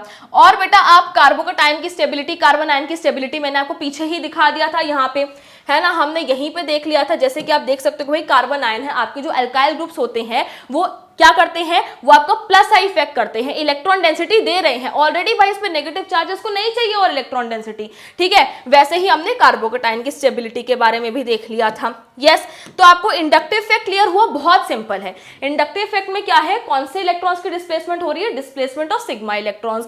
अगर भाई आपकी कार्बन चेन में इलेक्ट्रॉन, अगर कार्बन चेन में आपके इलेक्ट्रॉन डोनेटिंग ग्रुप लगे हैं तो plus I effect, electron withdrawing group लगे हैं तो माइनस आई इफेक्ट हो रहा होगा, ठीक है। एंड हमने कुछ एप्लीकेशंस देख ली, डन है बच्चा, वेरी सिंपल। चलिए नेक्स्ट सेकंड इफेक्ट की तरफ बढ़ते हैं, जो कि बहुत ही छोटा सा और सिंपल सा इफेक्ट है, वो है आपका इलेक्ट्रोमेरिक इफेक्ट, ठीक है। इलेक्ट्रोमेरिक इफेक्ट देखिए यहाँ पे क्या लिखा हुआ है, it involves the complete transfer of electrons of a multiple bond to one of the bonded atoms, usually more electronegative, in the presence of attacking reagent। बेटा यहाँ पे ना आपके पाई इलेक्ट्रॉन्स का ट्रांसफर हो रहा है, ठीक है, यहाँ पे आपके पाई इलेक्ट्रॉन्स का ट्रांसफर हो रहा है। एंड ये आपका इफेक्ट कब देखने को मिलता है, जब कोई अटैकिंग रिएजेंट होता है, ठीक है, जब कोई अटैकिंग रिएजेंट आता है तब आपको ये इफेक्ट देखने को मिलता है। अब फिर से वही बात आती है बच्चों कि ये भी आपके 2 प्रकार का होता है, ये भी आपके 2 प्रकार का होता है, बहुत छोटा सा यार ये effect. This is also of 2 types, plus E and minus E, ठीक है। अब भाई ये कब होता है प्लस ई और माइनस ई, सपोज करो भाई मेरे पास क्या है, सी डबल बॉन्ड सी है, ठीक है, थोड़ा सा ऊपर बनाते हैं, सी डबल बॉन्ड सी है, ठीक है। अब मेरे पास कोई इलेक्ट्रोफाइल आ गया, ठीक है, इलेक्ट्रोफाइल आ गया। अब यार पाई इलेक्ट्रॉन्स का ट्रांसफर हो रहा है, देखो क्या लिखा है, complete transfer of electrons of multiple bond, ठीक है। तो मैंने क्या कर दिया, यहाँ पे ट्रांसफर कर दिया, आप इधर भी कर सकते थे, एक ही बात है। तो जब यहाँ पे मैंने ट्रांसफर करा बच्चों, तो ध्यान देना यहाँ पे आपका नेगेटिव आ जाएगा और यहाँ पे आपका पॉजिटिव आ जाएगा। Are you getting my point. अब ये जो H प्लस है ये कहाँ पे जाना चाहेगा, ऑब्वियसली नेगेटिव पे जाना चाहेगा, तो ये H प्लस आपका यहां पर आना चाहेगा। तो यहां क्या हुआ, जिस तरफ बेटा आपके पाई इलेक्ट्रॉन्स ट्रांसफर हुए हैं उसी तरफ आपका अटैकिंग रिएजेंट गया है, तो इसको हम क्या बोलते हैं, इसको हम प्लस ई इफेक्ट बोलते हैं, कि जिस तरफ आपके पाई इलेक्ट्रॉन्स गए वहीं पे आपका अटैकिंग रिएजेंट गया। पाई इलेक्ट्रॉन्स यहां, अटैकिंग रिएजेंट यहां आया, तो ये क्या हो गया आपका प्लस ई इफेक्ट हो गया। तो इसको अगर हम बढ़िया से बनाए तो आपको क्या देखने को मिलेगा भाई, ठीक है, ये आपका यहां गया और ये आपका यहीं पर आया, तो आपको मिल जाएगा यहाँ पे प्लस रहेगा बेटा, है ना, यहाँ पे आपके H लग गया आके, ओहो जगह थोड़ी कम हो रही है, चलो इसको नेक्स्ट पे ही बना देते हैं, ठीक है, प्लस ई माइनस ई, प्लस ई माइनस ई, ठीक है। जहां बच्चा आपके पाई इलेक्ट्रॉन्स जा रहे हैं वहीं पे आपका अटैकिंग रिएजेंट आके जुड़ रहा है, तो आपको क्या मिलेगा, यहाँ पे प्लस है ना, ये प्लस ये माइनस, माइनस पे तो H आके जुड़ गया, तो यहाँ पे आपका H आके जुड़ गया और ये हो गया, तो यहाँ पे आपको प्लस E देखने को मिल रहा है। माइनस E में क्या होता है देखेंगे बच्चों, माइनस ई में क्या हुआ, आपको पता है कि oxygen is more electronegative then carbon, तो अब आपके इलेक्ट्रॉन्स कहाँ जाएंगे, ऑक्सीजन की तरफ जाएंगे, तो इस पे आपका नेगेटिव आएगा, इस पे आपका पॉजिटिव आएगा। अब मैंने ले लिया कोई न्यूक्लियोफाइल, ठीक है, ये अब कहाँ जाएगा बच्चों, ये कहाँ जाएगा, पॉजिटिव पे जाएगा, है कि नहीं, है कि नहीं, मानता है कि नहीं, ठीक है। तो अब यहाँ पे क्या हो रहा है, यहाँ पे आपका अटैकिंग रिएजेंट दूसरी तरफ आके लगा, पाई इलेक्ट्रॉन्स जिस तरफ गए उसकी दूसरी तरफ आके अटैकिंग रिएजेंट लगा, तो यहाँ पे क्या होता है आपका माइनस ई, यानी कि पाई इलेक्ट्रॉन्स जहां गए एंड अटैकिंग रिएजेंट जहां आया वो अलग अलग जगह है। पाई इलेक्ट्रॉन्स जहां गए अटैकिंग रिएजेंट भी वहीं पर आया, सेम सेम प्लस ई। पाई इलेक्ट्रॉन्स जहां गए अटैकिंग रिएजेंट उसकी ऑपोजिट दूसरी जगह पर आया, तो उसको हम क्या बोलते हैं, उसको हम माइनस ई बोलते हैं, ठीक है, उसको हम क्या बोलते हैं बेटा, माइनस ई, ठीक है। तो आपको क्या मिलेगा, ये O माइनस एंड यहां पे आपका Cn आके जुड़ गया, सो this is your plus E, this is your minus E. Clear है कि नहीं, जल्दी बताओ भाई। चलिए बेटा, अब हम देखते हैं अपने नेक्स्ट इफेक्ट को, विच इज रेजोनेंस, ठीक है। अब किसकी बात करेंगे बेटा, रेजोनेंस की बात करेंगे। रेजोनेंस क्या होता है टाइगर्स, देखिए समझते हैं। देखो, जब किसी एक स्ट्रक्चर से कंपाउंड की सारी प्रॉपर्टीज ना समझ आ रही हो, मैंने क्या बोला, जब किसी एक स्ट्रक्चर से कंपाउंड की सारी प्रॉपर्टीज ना समझ आए तो एक से ज्यादा स्ट्रक्चर बनाए, ठीक है, तो उन स्ट्रक्चर्स को रेजोनेटिंग स्ट्रक्चर्स बोलते हैं एंड प्रोसेस को रेजोनेंस बोलते हैं, ठीक है। तो रेजोनेंस जो होता है वो एक परमानेंट इफेक्ट होता है जिसमें डीलोकलाइजेशन ऑफ पाई इलेक्ट्रॉन्स होता है। यहाँ पे क्या हो रहा है बेटा, डीलोकलाइजेशन ऑफ पाई इलेक्ट्रॉन्स, ठीक है, किसका हो रहा है, पाई इलेक्ट्रॉन्स का डीलोकलाइजेशन हो रहा है। अब ना बच्चों, रेजोनेंस के लिए कुछ कंडीशंस होती हैं, ठीक है, रेजोनेंस होने के लिए कुछ कंडीशंस होती हैं, देखते हैं भाई। पहली देखो, आपको कॉन्जुगेटेड सिस्टम कैसा हो, पाई सिग्मा पाई, घबराना नहीं है, सब समझेंगे। देखो पाई सिग्मा पाई दिख रहा है, पाई सिग्मा पाई, ठीक है। तो अब देखो भाई यहाँ पे क्या होगा, ये गया यहाँ पे, ये गया यहाँ पे, सो व्हाट यू गेट, आपको मिला CH2 प्लस, है ना, यहाँ से चला गया तो plus, then CH double bond CH यहाँ पर आ गया तो यहाँ पे हमने माइनस लगा दिया। नेक्स्ट देखो, पाई सिग्मा नेगेटिव चार्ज या पाई सिग्मा लोन पेयर, देखो भाई पाई सिग्मा नेगेटिव, तो यहाँ पे क्या होगा, ये आपका यहाँ, सॉरी ये नहीं, ये आपका यहाँ गया और ये आपका यहाँ आया, ठीक है, ये आपका यहाँ गया, ये आपका यहाँ आया, तो आपको क्या मिलेगा, CH2 minus CH double bond CH2, ठीक है। नेक्स्ट देखिए, पाई सिग्मा पॉजिटिव या वेकेंट ऑर्बिटल, ये आपका यहाँ गया, सो what you will get, what you will get बेटा, ये यहाँ गया तो इस पे पॉजिटिव आया, CH2 plus CH double bond CH2, ठीक है, ऐसा था ऐसा हो गया। अब देखो, pi sigma free radical, pi sigma free radical, ठीक है, पाई सिग्मा फ्री रेडिकल। अब देखो यार, फ्री रेडिकल है तो हमने कैसे बॉन्ड तोड़ा, होमोलिटिकली, ये आपका यहाँ गया, ये आपका यहाँ गया, तो आपको क्या मिलेगा बच्चों, आपको क्या मिलेगा, you will get something like this, CH2, ठीक है, CH2, ठीक है। अब होता क्या बेटा, ये दोनों मिलके आपका बॉन्ड बना लेते हैं, वाह भाई वाह, है, ये दोनों मिलके आपका बॉन्ड बना लेते हैं, तो इन्होंने ये बॉन्ड बना लिया, तो देखो ये था, ये हो गया, ठीक है। क्लियर हुई कहानी, रेजोनेंस होने के लिए कुछ कंडीशंस होती हैं, वो समझ आई। चलिए जी, बहुत बढ़िया। अब कुछ कुछ पॉइंट सुनो, ठीक है। देखो, पहला पॉइंट, जितने ज्यादा रेजोनेटिंग स्ट्रक्चर्स होते हैं, रेजोनेंस हाइब्रिड उतना ही ज्यादा स्टेबल होता है, पहला पॉइंट।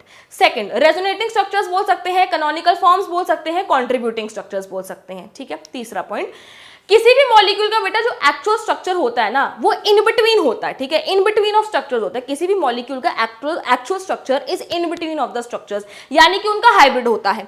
फॉर एग्जांपल, अगर मैं देखूं बेंजीन को, ठीक है, ये आपका बेंजीन है, ऐसे ऐसे ऐसे, मैंने क्या करा भाई, घुमा दिया, इसको यहां भेज दिया, इसको यहां भेज दिया, इसको यहां भेज दिया, तो आपको क्या मिल गया, आपको मिल गया कुछ ऐसा, ठीक है। ये मिल गया आपको। और देखा जाए तो भाई अगर मैं इसको ऐसे ऐसे ऐसे कर दूं तो ये वापस आपको मिल जाएगा, ठीक है, ये वापस आपको मिल जाएगा। तो ये दोनों क्या हो गए बच्चों, ये दोनों हो गए आपके रेजोनेटिंग स्ट्रक्चर्स। ये दोनों क्या है, ये दोनों आपके रेजोनेटिंग स्ट्रक्चर्स हैं, ठीक है, रेजोनेटिंग स्ट्रक्चर्स हैं, ठीक है।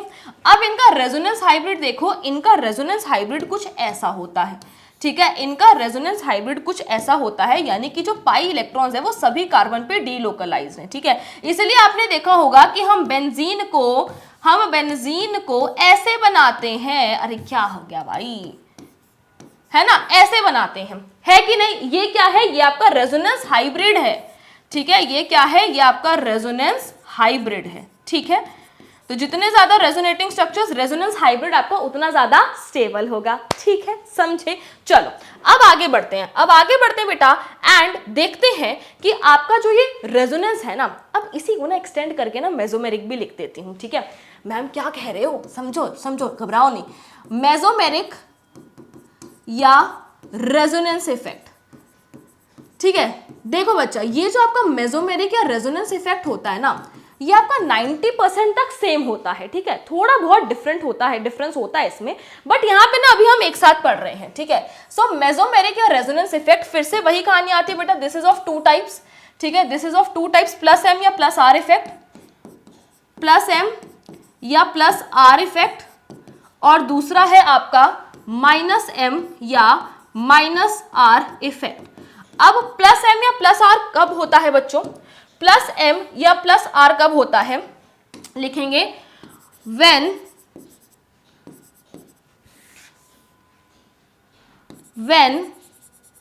conjugated system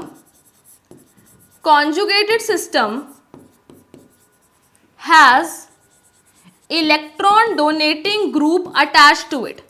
बेटा जब इलेक्ट्रॉन डोनेटिंग ग्रुप लगा होता है तो आपको प्लस एम या प्लस आर देखने को मिलता है।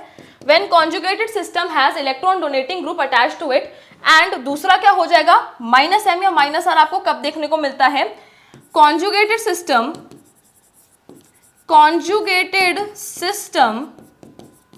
has electron withdrawing group attach to it, ठीक है, conjugated system has electron withdrawing group attach to it. बेटा प्लस एम या प्लस आर कब देखने को मिलता है, जब इलेक्ट्रॉन डोनेटिंग ग्रुप लगाओ। इलेक्ट्रॉन डोनेटिंग ग्रुप है तो या तो उस पर नेगेटिव चार्ज होगा या उस पर लोन पेयर होंगे। तो आप एग्जाम्पल देख लो, एग्जाम्पल में आपके पास हो गया है ना OH हो गया, आपके पास X हो गया, ठीक है, NH2 हो गया, ठीक है, एटसेट्रा।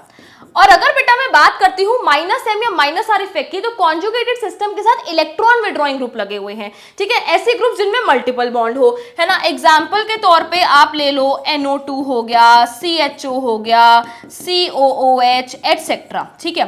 अभी समझते हैं कि कैसे होता है, ठीक है।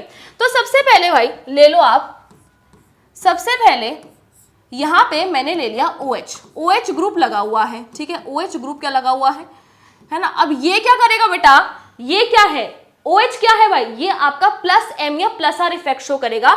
ये क्या करेगा, रिंग को इलेक्ट्रॉन डेंसिटी देगा। देखो भाई क्या होगा यहाँ पे, ये आपका यहाँ पे जाएगा एंड ये आपका यहाँ पे जाएगा, तो आपको क्या मिलेगा, व्हाट यू विल गेट। बढ़िया से बनाते हैं भाई, है ना, एरोस के अलग अलग कलर ताकि आपको समझ आए। ये आपका यहाँ पे आया तो भाई डबल बॉन्ड, O पे पॉजिटिव, ठीक है, यहाँ पे आपका नेगेटिव चार्ज आया, ये ऐसे और ये ऐसे, ठीक है। अब क्या होगा बच्चों, ये यहाँ पे जाएगा और ये आपका यहाँ पे जाएगा, तो आपको क्या मिलेगा, आपको मिलेगा समथिंग लाइक दिस, ठीक है, नेगेटिव ऐसे ऐसे, ठीक है। नाउ व्हाट विल हैपन बच्चों, ये आपका यहाँ पे जाएगा और ये आपका यहाँ पे जाएगा, तो अब क्या बन गया, ये आपका यहाँ गया तो ऐसे, ये तो ऑलरेडी था ही, ठीक है ना, और यहाँ आपका माइनस आ गया।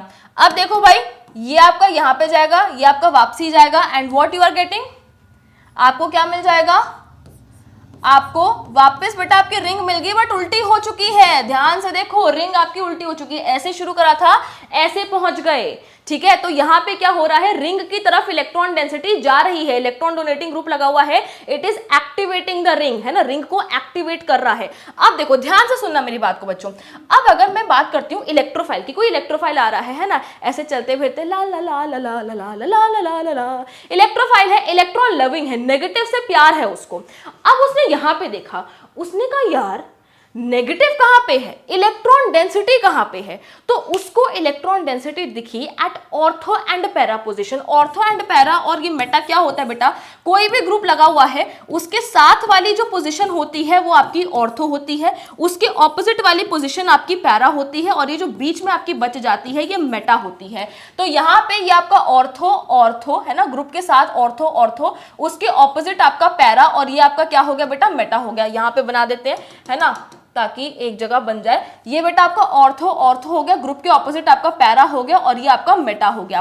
अब इलेक्ट्रोफाइल से घूमता फिरता आ रहा है, ला ला ला ला ला, उसको ये देखने को मिला कि भाई इलेक्ट्रॉन डेंसिटी कहां पे है, नेगेटिव चार्ज कहां पे है, ऑर्थो पैरा ऑर्थो, ठीक है, ortho para ortho, ortho para ortho, यानी कि जो इलेक्ट्रोफाइल आ रहा है वो किस पोजीशन पे जाके लगना चाहेगा, ऑर्थो पे या पैरा पे, ठीक है, ऑर्थो पे जाएगा या पैरा पे जाएगा, क्योंकि इलेक्ट्रोफाइल इलेक्ट्रॉन लविंग, नेगेटिव से प्यार है उसको, और नेगेटिव उसको ऑर्थो या पैरा पे दिख रहा है। तो जो कंपाउंड्स आपके प्लस एम या प्लस आर करते हैं, जो आपके प्लस एम या प्लस आर करते हैं, एक तो वो रिंग को एक्टिवेट कर देते हैं, रिंग में इलेक्ट्रॉन डेंसिटी बढ़ा रहे हैं, ठीक है, and they are ortho para directing, electrophile को कहां भेजेंगे बेटा, ऑर्थो या पैरा पोजीशन पे भेजेंगे। तो हम कहते हैं कि प्लस एम या प्लस आर वाले क्या होते हैं, ऑर्थो पैरा डायरेक्टिंग होते हैं, इलेक्ट्रोफाइल को ऑर्थो या पैरा पे भेजते हैं, ठीक है। चलो प्लस एम या प्लस आर की कहानी आपको समझ आई। अब माइनस एम या माइनस आर की बात करते हैं, ठीक है। अब मैंने ले लिया यहां पे, सपोज करो NO2 ले लिया, ठीक है। अब होगा क्या भाई, ये यहां गया, ये इसने यहां से ले लिया, तो अब क्या बनेगा भाई, यहां से गया तो यहां पे प्लस आ गया, ठीक है, यहां प्लस आ गया, ये एज इट इज, यहां डबल NO माइनस ऐसे, ठीक है। अब देखो क्या होगा, ये आपका यहां पे जाएगा, ये आपका यहां गया, तो आपको क्या मिला टाइगर्स, ठीक है, यहां पे प्लस, ये ऐसे, ये ऐसे,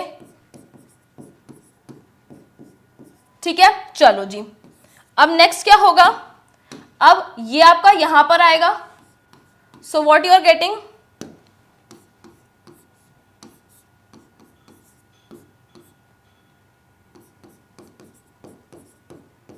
आप खुद ट्राई करो, नेक्स्ट स्टेप क्या होगा, ठीक है। तो क्या मिल गया,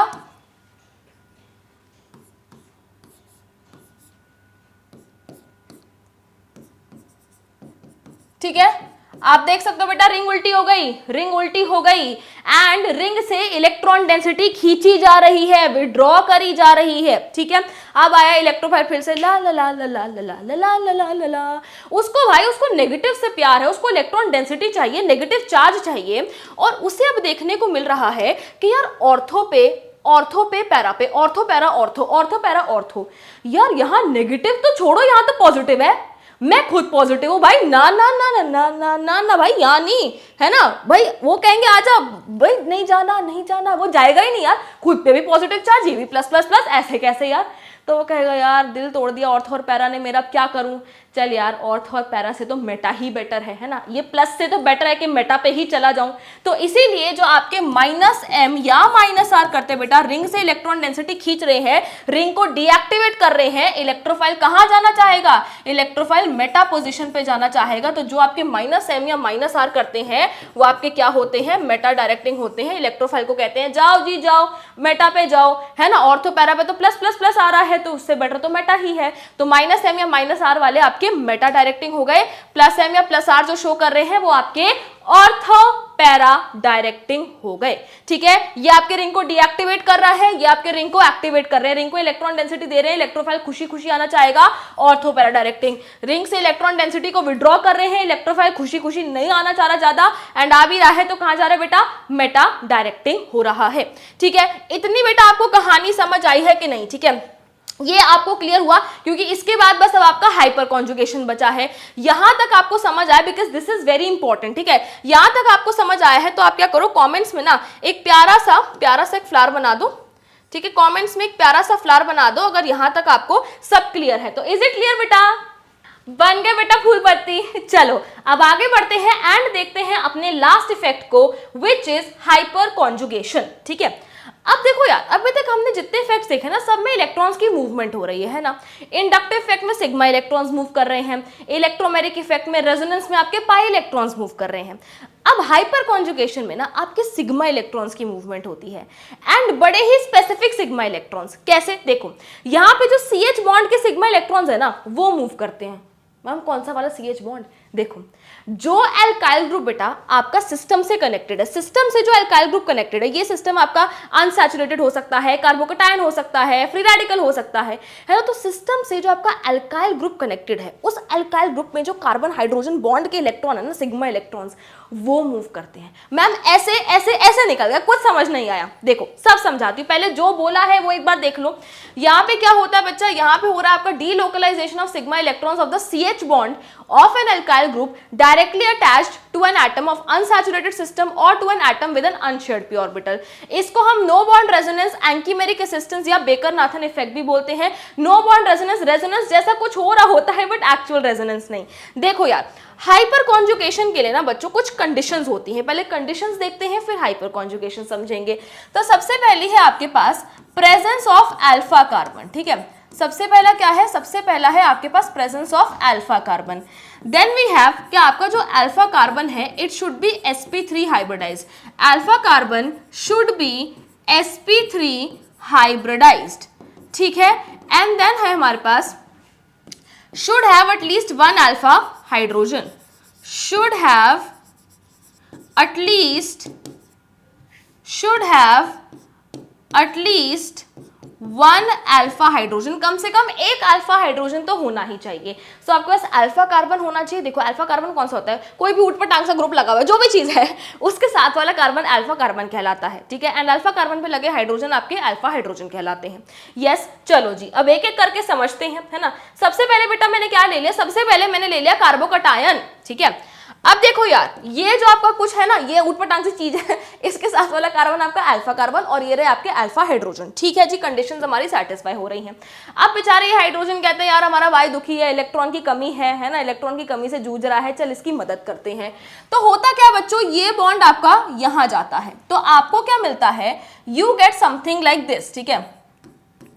you get something like this, ये प्लस आ गया यहाँ पे, डबल बॉन्ड CH2 है ना, CH2। अब इस पे बॉन्ड आ गया तो इसका प्लस तो चला गया, ये बन गया आपका, है ना। बॉन्ड दिख रहा है आपको यहाँ पे? नहीं दिख रहा। चलो अब इस हाइड्रोजन ने कहा भाई मैं क्यों पीछे हटूं, मैं भी तो मदद कर सकता हूं।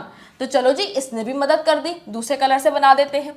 इसने भी मदद कर दी तो आपको क्या मिला, आपको कुछ ऐसा मिला, ठीक है। अब तीसरे वाले ने कहा भाई मैं भी क्यों पीछे हटूं, मैं भी तो मदद कर सकता हूं, तो इसने मदद कर दी, ठीक है। तो आपको क्या मिला, जब ये वाला हाइड्रोजन मदद करेगा तो आपको क्या मिला, आपको मिला समथिंग लाइक दिस, ठीक है, ठीक है जी। तो आपके यहां पे क्या बन गए बच्चों, आपके यहां पे 3 हाइपर कॉन्जुगेटिंग स्ट्रक्चर्स बन गए। 3 अल्फा हाइड्रोजन थे, 3 हाइपर कॉन्जुगेटिंग स्ट्रक्चर्स बन गए। क्लियर है, समझे कि नहीं? चलो थोड़ा सा और समझते हैं। सपोज करो बेटा मैंने क्या ले लिया, अब ये क्या था, ये मेरा 1 डिग्री कार्बोकैटायन था, ठीक है। ये सिर्फ एक कार्बन से कनेक्टेड है, दिस वाज 1 डिग्री कार्बोकैटायन। मैंने ये ले लिया, कार्बन में पॉजिटिव चार्ज है, ये 2 और कार्बन से कनेक्टेड है, this is a 2 degree carbocation, ठीक है। अब यहाँ पे बच्चों ये भी आपका अल्फा कार्बन, ये भी आपका अल्फा कार्बन, ये अल्फा हाइड्रोजन, ये अल्फा हाइड्रोजन। यहाँ पे आपके पास 3 + 3 6 अल्फा हाइड्रोजन हैं, 6 अल्फा हाइड्रोजन है तो आपके 6 हाइपर कॉन्जुगेटिंग स्ट्रक्चर्स बन जाएंगे। यहां पे आपके पास 6 अल्फा हाइड्रोजन है, यहाँ पे कितने थे, यहाँ पे आपके पास 3 अल्फा हाइड्रोजन थे। और अगर मैं बात करती हूँ, ये आपका 3 डिग्री कार्बोकैटायन हो गया, यहाँ पे 3 3 6 3 9, यहाँ पे आपके पास 9 अल्फा हाइड्रोजन है, 9 अल्फा हाइड्रोजन है, यानी कि 9 आपके हाइपर कॉन्जुगेटिंग स्ट्रक्चर्स बन सकते हैं। तो इससे बेटा हमारा ये निकल कर आता है कि number of hyper conjugating structures, मैंने HCS लिख दिया, number of hyper conjugating structures is equal to the number of alpha hydrogen. जितने अल्फा हाइड्रोजन होंगे, कॉमन सी बात है ना, कॉमन साइंस की बात है, सेंस नहीं, कॉमन साइंस की बात है, जितने अल्फा कार्बन है उतने आपके हाइपर कॉन्जुगेटिंग स्ट्रक्चर्स बन जाएंगे। एंड जितने ज्यादा आपके हाइपर कॉन्जुगेटिंग स्ट्रक्चर्स होते हैं, स्टेबिलिटी उतनी ही ज्यादा होती है। तो यहां पे बेटा आपके 9 हाइपर कॉन्जुगेटिंग स्ट्रक्चर्स बनेंगे, यहां 6 बनेंगे और यहां पे 3 बनेंगे। 3 मैंने आपको बना के दिखा दी, बाकी भी आप बना लेंगे, ठीक है ना। तो बेटा इसीलिए हम कहते हैं कि आपका जो 3 डिग्री कार्बोकैटायन है वो आपका सबसे ज्यादा स्टेबल, उससे कम 2 डिग्री और उससे कम आपका 1 डिग्री हो जाता है, क्योंकि 3 डिग्री के केस में आपके पास 9 alpha hydrogen, 9 hyper conjugating structure. जितने ज्यादा हाइपर कॉन्जुगेटिंग स्ट्रक्चर्स उतनी ज्यादा स्टेबिलिटी, यहां पे 6 वहां पे 3, तो इसीलिए 3 डिग्री कार्बोकैटायन सबसे ज्यादा स्टेबल, उससे कम 2 डिग्री, उससे कम 1 डिग्री। अब चीज क्लियर हुई, अब बात समझ आई, बहुत बढ़िया, ठीक है। चलो ये बात कर ली बेटा कार्बोकैटायन की। अब एक बार फ्री रेडिकल की भी बात कर लेते हैं।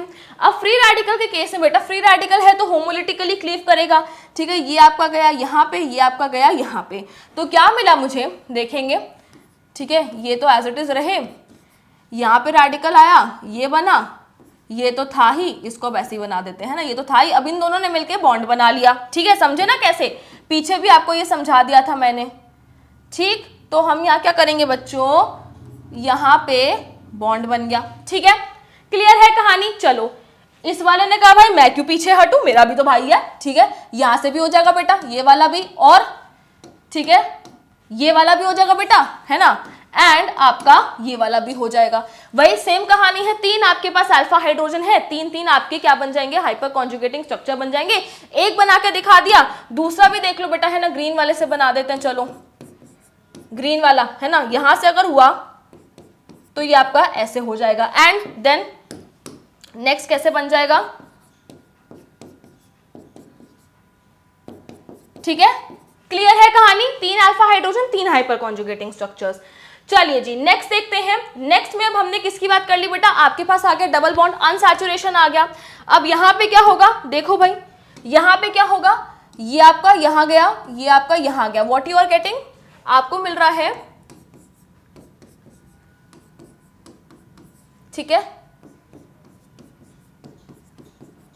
क्लियर है क्या बना, कैसे बना, यस। सिमिलरली बेटा अगर मैं इसकी बात करूं, ये कहेगा भाई मैं क्यों पीछे हटूं, तो क्या बन जाएगा आपका,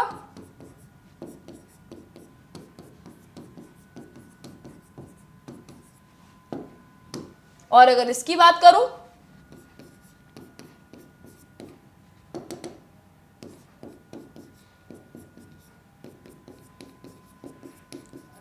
ठीक है बच्चों। क्लियर है, तो आपको ये 2 इंपॉर्टेंट चीजें यहां पे याद रखनी है कि कितने हाइपर कॉन्जुगेटिंग स्ट्रक्चर्स बनेंगे, जितने आपके अल्फा हाइड्रोजन है, एंड जितने ज्यादा आपके हाइपर कॉन्जुगेटिंग स्ट्रक्चर्स बनेंगे उतनी ज्यादा आपकी स्टेबिलिटी होगी, ठीक है। तो ये था आपका हाइपर कॉन्जुगेशन, ठीक है, जहां पे आपका क्या हो रहा है बेटा, नो बॉन्ड रेजोनेंस हो रहा है। ये पूरी कहानी मैंने आप लोगों को एक्सप्लेन कर दी, क्लियर है। चलो यार अब मेरे को ना, अगर ये क्लियर है ना, बच्चों को इसमें थोड़ा सा डाउट रहता है, तो चलो इस क्वेश्चन का जवाब दो मुझे। कहता है calculate the number of hyper conjugating structures. पहले आप वीडियो को पॉज करो, खुद दिमाग लगाओ, फिर आप प्ले करना, हम इसको साथ में मिलकर सॉल्व करेंगे। मैंने बच्चों आपको पीछे ही बताया है, हो गया पहले, हो गया, बताओ हो गया, आंसर लिख देना कॉमेंट्स में, ठीक है। अब देखो यार, मैंने आपको पीछे ही बताया है कि number of hyper conjugating structures किसके बराबर होते हैं, number of alpha carbon, sorry alpha hydrogen के। जितने आपके अल्फा हाइड्रोजन होंगे उतने आपके हाइपर कॉन्जुगेटिंग स्ट्रक्चर्स बनेंगे, ठीक है। चलिए जी, तो यहाँ पे देखो ये आपका क्या है, पॉजिटिव लगा हुआ, तो ये वाला आपका अल्फा हो गया, ये आपका अल्फा हो गया, एंड ये आपका अल्फा हो गया। अब देख लो भाई इस पे कितने कितने हाइड्रोजन लगे हुए हैं, ठीक है, 1 2 3, ठीक है, 4 5 6, इस कार्बन के 3 बॉन्ड बने हुए, बस एक और हाइड्रोजन है यहाँ पे 7, तो यहाँ पे 7 अल्फा हाइड्रोजन है, तो 7 आपके हाइपर कॉन्जुगेटिंग स्ट्रक्चर्स बनेंगे। Is this clear to you, is this clear to you. देखो बेटा अल्फा कार्बन को कैसे आइडेंटिफाई करना है ना, ये जो भी ऊटपटांग सी चीज लगी हुई है उसके साथ वाला अल्फा कार्बन, ठीक है, यहाँ पे देखो फ्री रेडिकल है, इसके साथ वाला अल्फा कार्बन, डबल बॉन्ड में क्या होगा, ये देखो कार्बन कार्बन डबल बॉन्ड के साथ वाला अल्फा कार्बन, यहाँ पे भी हो सकता था, अभी यहाँ पे है नहीं बट यहाँ पे भी हो सकता था, कार्बन कार्बन डबल बॉन्ड के साथ वाला अल्फा कार्बन, ठीक है ना। चलिए तो यहाँ पे आपका प्लस है तो ये आपका अल्फा, इसके साथ ये अल्फा और ये आपका अल्फा, उस अल्फा कार्बन पे जितने अल्फा हाइड्रोजन है वो आप देख सकते हैं, ठीक है। चलिए जी, कंडीशंस मैंने आपको हाइपर कॉन्जुगेशन की बता दी हैं। अब इस क्वेश्चन को देखो, arrange in decreasing order of stability. मैंने अभी क्या बताया भाई, जितने ज्यादा हाइपर कॉन्जुगेटिंग स्ट्रक्चर्स होंगे आपकी स्टेबिलिटी उतनी ज्यादा होगी, हाँ कि ना। चलिए जी, हाइपर कॉन्जुगेटिंग स्ट्रक्चर्स कैसे पता लगेंगे, अल्फा हाइड्रोजन गिन लो। अब देखो भाई, कार्बन कार्बन डबल बॉन्ड के साथ वाला अल्फा, ये भी आपका अल्फा, ये भी अल्फा, ये भी अल्फा, ये भी अल्फा। हाइड्रोजन देख लो, 3 3 6 3 9 3 12, 12 अल्फा हाइड्रोजन है, यानी कि 12 हाइपर कॉन्जुगेटिंग स्ट्रक्चर्स बन जाएंगे। यहाँ पे बेटा 3 3 6 3 9 ये तो नहीं है ना, ये अल्फा हाइड्रोजन नहीं है, अल्फा कार्बन पे लगा हुआ हाइड्रोजन इज अल्फा हाइड्रोजन, ठीक है।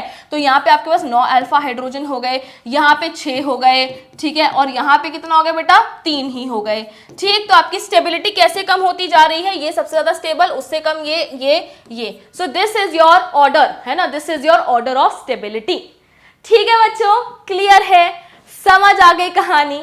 तो इसी के साथ माय डियर स्टूडेंट्स, हम अपने आज के इस जीओसी के सेशन को करते हैं खत्म, है ना। सेशन को खत्म करने से पहले बेटा एक प्यारी सी अच्छी सी कोट देख लो।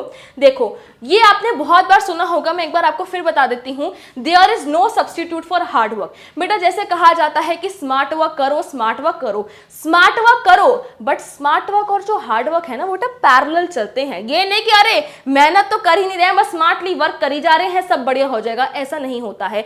हार्ड वर्क के साथ जब स्मार्ट वर्क करोगे ना बेटा, तो आप अपनी मतलब ऊंचाइयों को छू जाओगे, ठीक है ना। पर हार्ड वर्क का कोई सब्स्टिट्यूट नहीं है, मेहनत तो बेटा करनी पड़ेगी, बट जब वो मेहनत स्मार्टली करोगे ना तो आपको कोई नहीं रोक पाएगा, ठीक है। अब अगर मैं बात करूं बेटा जीओसी की, जितना इजी हो सकता था मैंने उतना इजी तरीके से आपको समझाने की कोशिश करी है, ठीक है। तो आप इस वीडियो को अच्छे से देखना, अगर कहीं पे कोई चीज रह जाती है तो उस पार्ट को फिर से देखना, क्योंकि मुझे पता है बेटा कि ये एक ऐसा टॉपिक है which is like general organic chemistry. बेटा दिस इज लाइक, ये समझ आ गया ना तो आपकी ऑर्गेनिक केमिस्ट्री बिल्कुल मक्खन मलाई हो जाएगी। तो इसको अच्छे से देखना।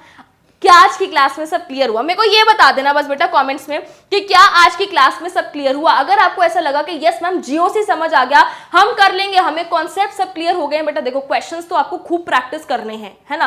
क्वेश्चन प्रैक्टिस करोगे तभी दिमाग में जाके कॉन्सेप्ट बैठेगा। भी कॉन्सेप्ट घुसा है दिमाग में, उसको दिमाग में कहना ना आओ बैठो, है ना, चाय पानी लो, तो बेटा क्वेश्चन प्रैक्टिस करने पड़ेंगे। तो अगर आपके दिमाग में कॉन्सेप्ट घुस गया है एंड आपको मजा आया आज की क्लास में, if everything is clear to you and आज की क्लास में आपको सब अच्छे से समझ आ गया, सब क्लियर हो गया, मजा आया, तो आप जानते ही हैं आपको क्या करना बेटा, कमेंट्स में टाइगर बना देना है, ठीक है, प्यारा सा टाइगर बना देना है कमेंट्स में। तो टाइगर बना दो, right. So I think that's all for today from my side. अच्छे से बेटा इस सेशन को देखना, है ना। मैं रिक्वेस्ट करूंगी कि जितनी आप प्रैक्टिस कर सकते करें, इस वीडियो को देखें, लेक्चर को देखो, ढेर सारी प्रैक्टिस करो, कोई क्वेश्चन ऐसा नहीं है जो आपसे सॉल्व नहीं होगा। So I think that's all for today from my side. I will see you all in the next session. तब तक के लिए टाटा, बाय बाय, साइनारा बच्चों।